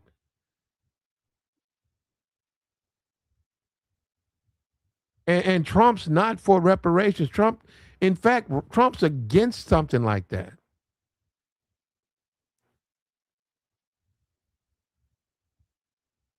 So what are you talking about?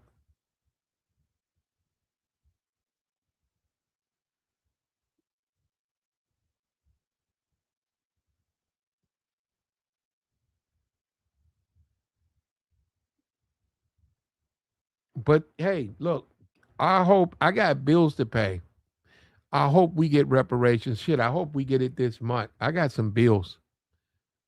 And when you say lineage, that means it's going to come to you. It doesn't say anything about your political affiliation, your opinion, your thoughts. It says you are a descendant of slaves. It's been validated. Here's your reparations money. Here's your reparations money. I'll take my money. I'll deposit it in my bank.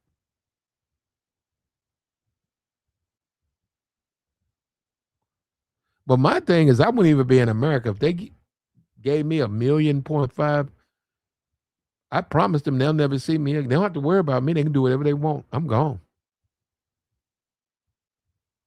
The only time they'll see me is when they fly the bones back. They fly the deceased body back to America for burial. That's it. They won't see me any other time.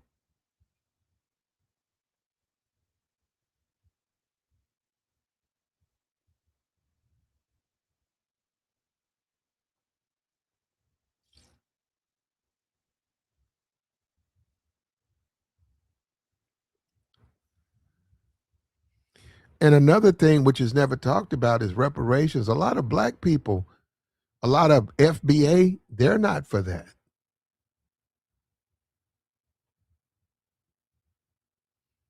See, we exist under the notion that every black person, quote unquote, wants the government to give them something. Well, that's just not true.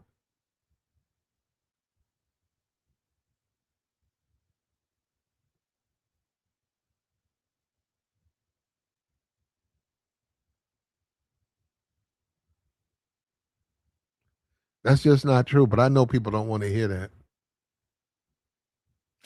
And then when you talk about the inner city, the hood and stuff, them people don't vote. The thugs and the savages who live in the ghetto, they don't vote. So how are they going to have power? You're not going to have political power if you don't vote.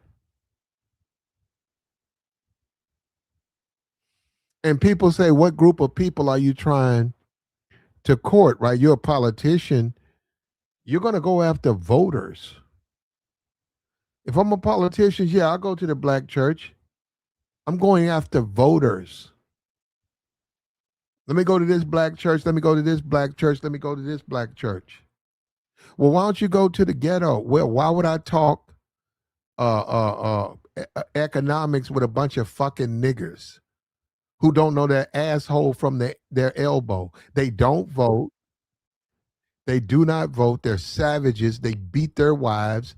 They neglect their children. Why would I? I'm serious. I'm saying, I'm a politician. Why would I deal with niggas in the ghetto or jailhouse animals who are in jail? So you see what I'm saying? Now you guys are getting an understanding, right? How this stuff goes. You have to have voters that support your movement, not niggers, voters. If you have a movement and it's filled with fucking niggers, it's not going to go anywhere. Yeah, it'll bubble up on YouTube and social media, but in the real world, they'll have no influence on who gets elected. You need voters.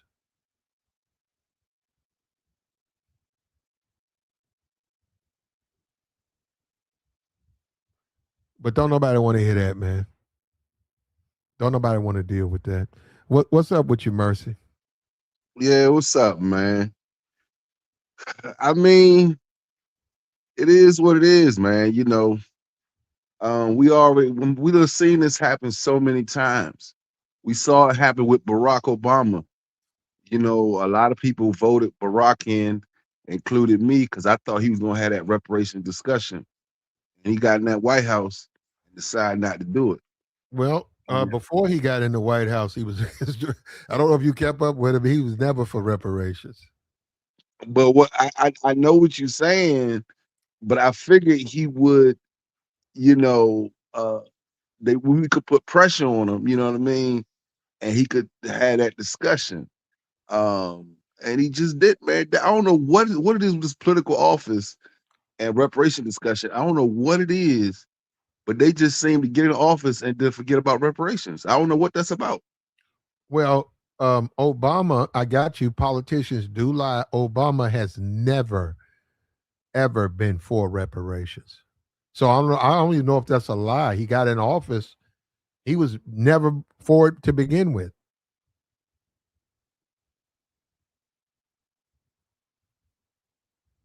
But that is going to happen, though. There's going to be a politician who lies. They're going to say, yeah, they support it, get in office. They're not going to do that because politicians lie.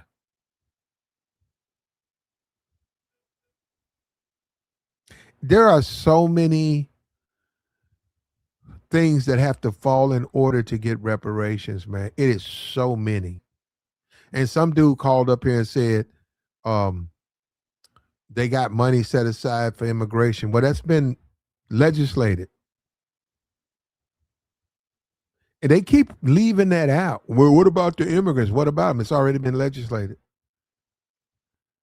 They got money for this thing, okay, but yours hasn't been legislated. When you say reparations, okay, has it went through Congress? Was there a vote? How much money did they say? When did they say it's going to pay it? Okay, the president got to sign you. But this is the thing to me with black people.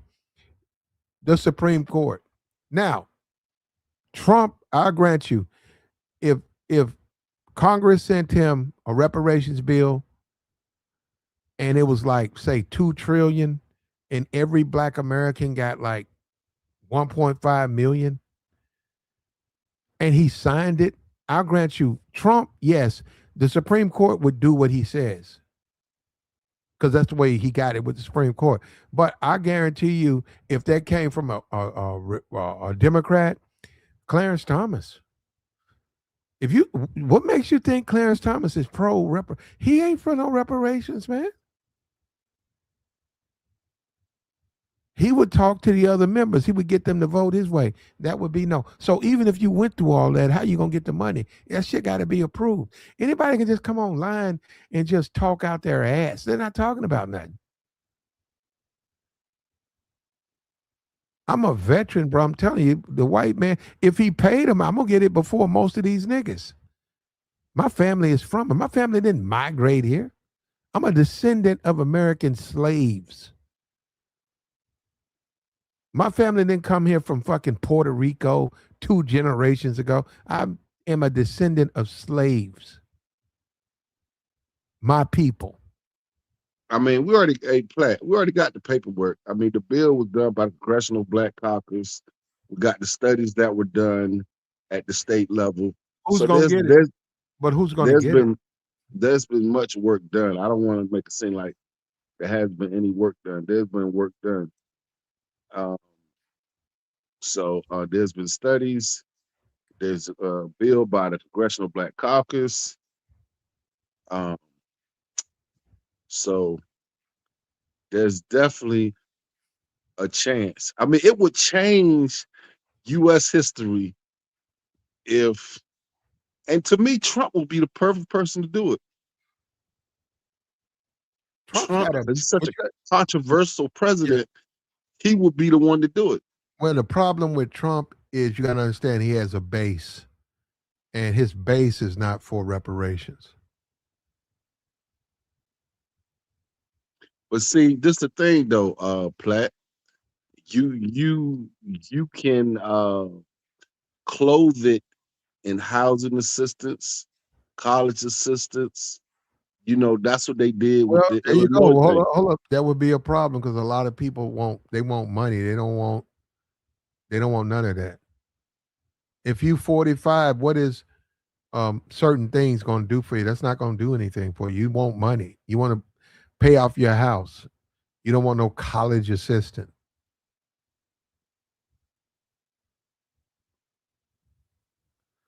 People want money. Me, I'll take 1.2. Give me 1.2 million.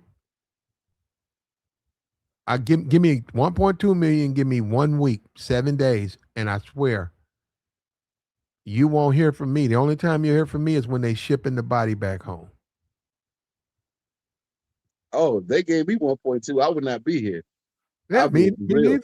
Me neither. I'm gone. I'll be in Brazil, London, France. I'll be all over the world. But I mean, see, this is the thing. Trump would be the one to do it, man, because he's not afraid to speak his mind. So even if he were to have this discussion, you know what I'm saying?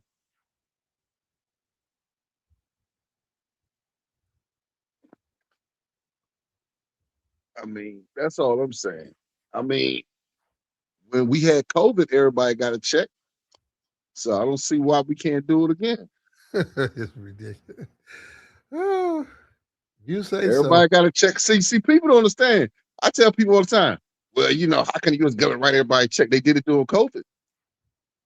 So don't see, you know what's wrong with people? They don't understand what this government can do. That was this government can do whatever they want to do, Platt. But that was through Congress. I know. I'm just saying though, but they still can do it. All I'm saying is they can do it. They can do what they want to do, bro. Okay, how you gonna make them want to give? They haven't given the descendants of slaves, anything. How you gonna make them feel like they can do it now? I'm just saying they can do it, bro. That's all I'm saying. I mean, how can you convince them to do it? They haven't done it. We saw COVID-19. We saw them everybody get a check through COVID-19. We saw the PPL loans. We saw all of that. If they really wanted to do it, bro, because you got all these tariffs, Trump implemented the tariffs, got the tariffs in. And really, to be honest with you, man, I ain't gonna joke with you, bro. He said this, Trump said this. I don't know if he'll be able to pull it off, but if he gets rid of the tax system, that'll be my reparations right there. He get rid of the tax, I keep all my money, bro. That's my reparations. Okay, well, good luck. Shoot, man, can you imagine keeping all your money? Okay, good luck. I'm just saying, I don't think it can work. I don't care what Trump says. I don't think that will work. He said he was going to dismantle the IRS. He said that. He can. Okay. He is president, so we'll see. And how in that some works. way, he has weakened it because he did all the audits and stuff like that. He's weakened it. It's not, the IRS ain't as powerful as it used to be. Okay. So if he can pull that off, hey, that would be my reparations. You can pull that off, boy. I tell you, he could dismantle the IRS, man. You ain't got to pay no taxes. And let the tariffs, and then you let the tariffs cover the tax system. And because everybody want to do business. See, Platt, everybody in the world wants to do business with us. So they're going to pay that tariff. Okay. I mean, that's intelligent to me. Make everybody else pay the taxes. Let me keep my money. He said that's not reparations because everybody would benefit. I said that would be my reparations. I ain't say everybody else's. Well, okay, it works for you, but what about what about the people who've never been in slavery? Why are they getting it, what you're getting? Because first of all, the IRS was supposed to be a temporary system according to history. It was supposed to be a temporary measure because the United States was at war. And that was supposed to fund the war. And then it was supposed to be a temporary, it even says in the law, it's supposed to be a temporary measure. So it's not supposed to be IRS ain't supposed to be here right now. The war is over, bro. I got you. So I mean that's why everybody benefits, because it was never, and it was done during the Civil War. So it was supposed to be temporary. And so, so that's how I see it. That's why everybody benefits. But see, if you know anything about anything they do for us, bro, you know it benefits everybody, Platt. You know how it is. When they do anything for us, it benefits everybody. Any program they come up with us, everybody jump in on. There you go. So what is FBA then? I don't even know, man. If everybody can have what everybody has, why have an FBA? Why have a distinction? Because that's how it's always been. Every time we do, like, for example, affirmative action, they hire us, but then they get tax benefits for hiring us, or they get some type of benefit for hiring us. It ain't just they hire us; they get something in it. DEI, we want we didn't benefit the most from it. You know what I'm saying? All the minority programs, other people benefited from it. That was for us. Other people get it. I got you, man. I mean, we already know this. Everything they do for us, everybody else gets it, and we get the crumbs. You're right. You're right, but look, we've been going for a while, man. I appreciate your mercy. Don't be a stranger. You waited till the wee hours to jump up here. Hey, but you know what, Platt? I don't know what's going on, but I don't get the alerts. Yeah. I'm getting the alerts late or something. I don't know what's going on. Yeah, I mean, either. YouTube, this is their property, man, and I'll mention it to them, but I can't. They run their channel the way they run their platform the way they want to run it.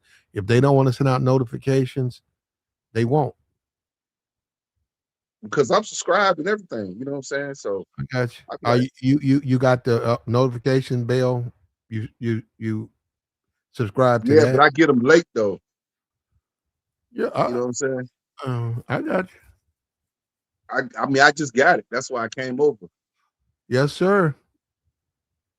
I got you, bro. I appreciate you, Mercy. And we might do something later on today, so be on the lookout. But yeah, this All I right, was appreciate it. I was able to catch up because I had to do this right here, so I'm catching up. Um, it ultimately comes down to you, man. What kind of person are you? It just comes down to you. What do you want? You got two white supremacists commenting about FBA matters.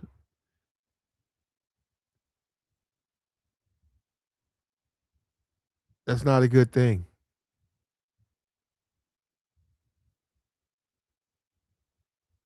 We never got to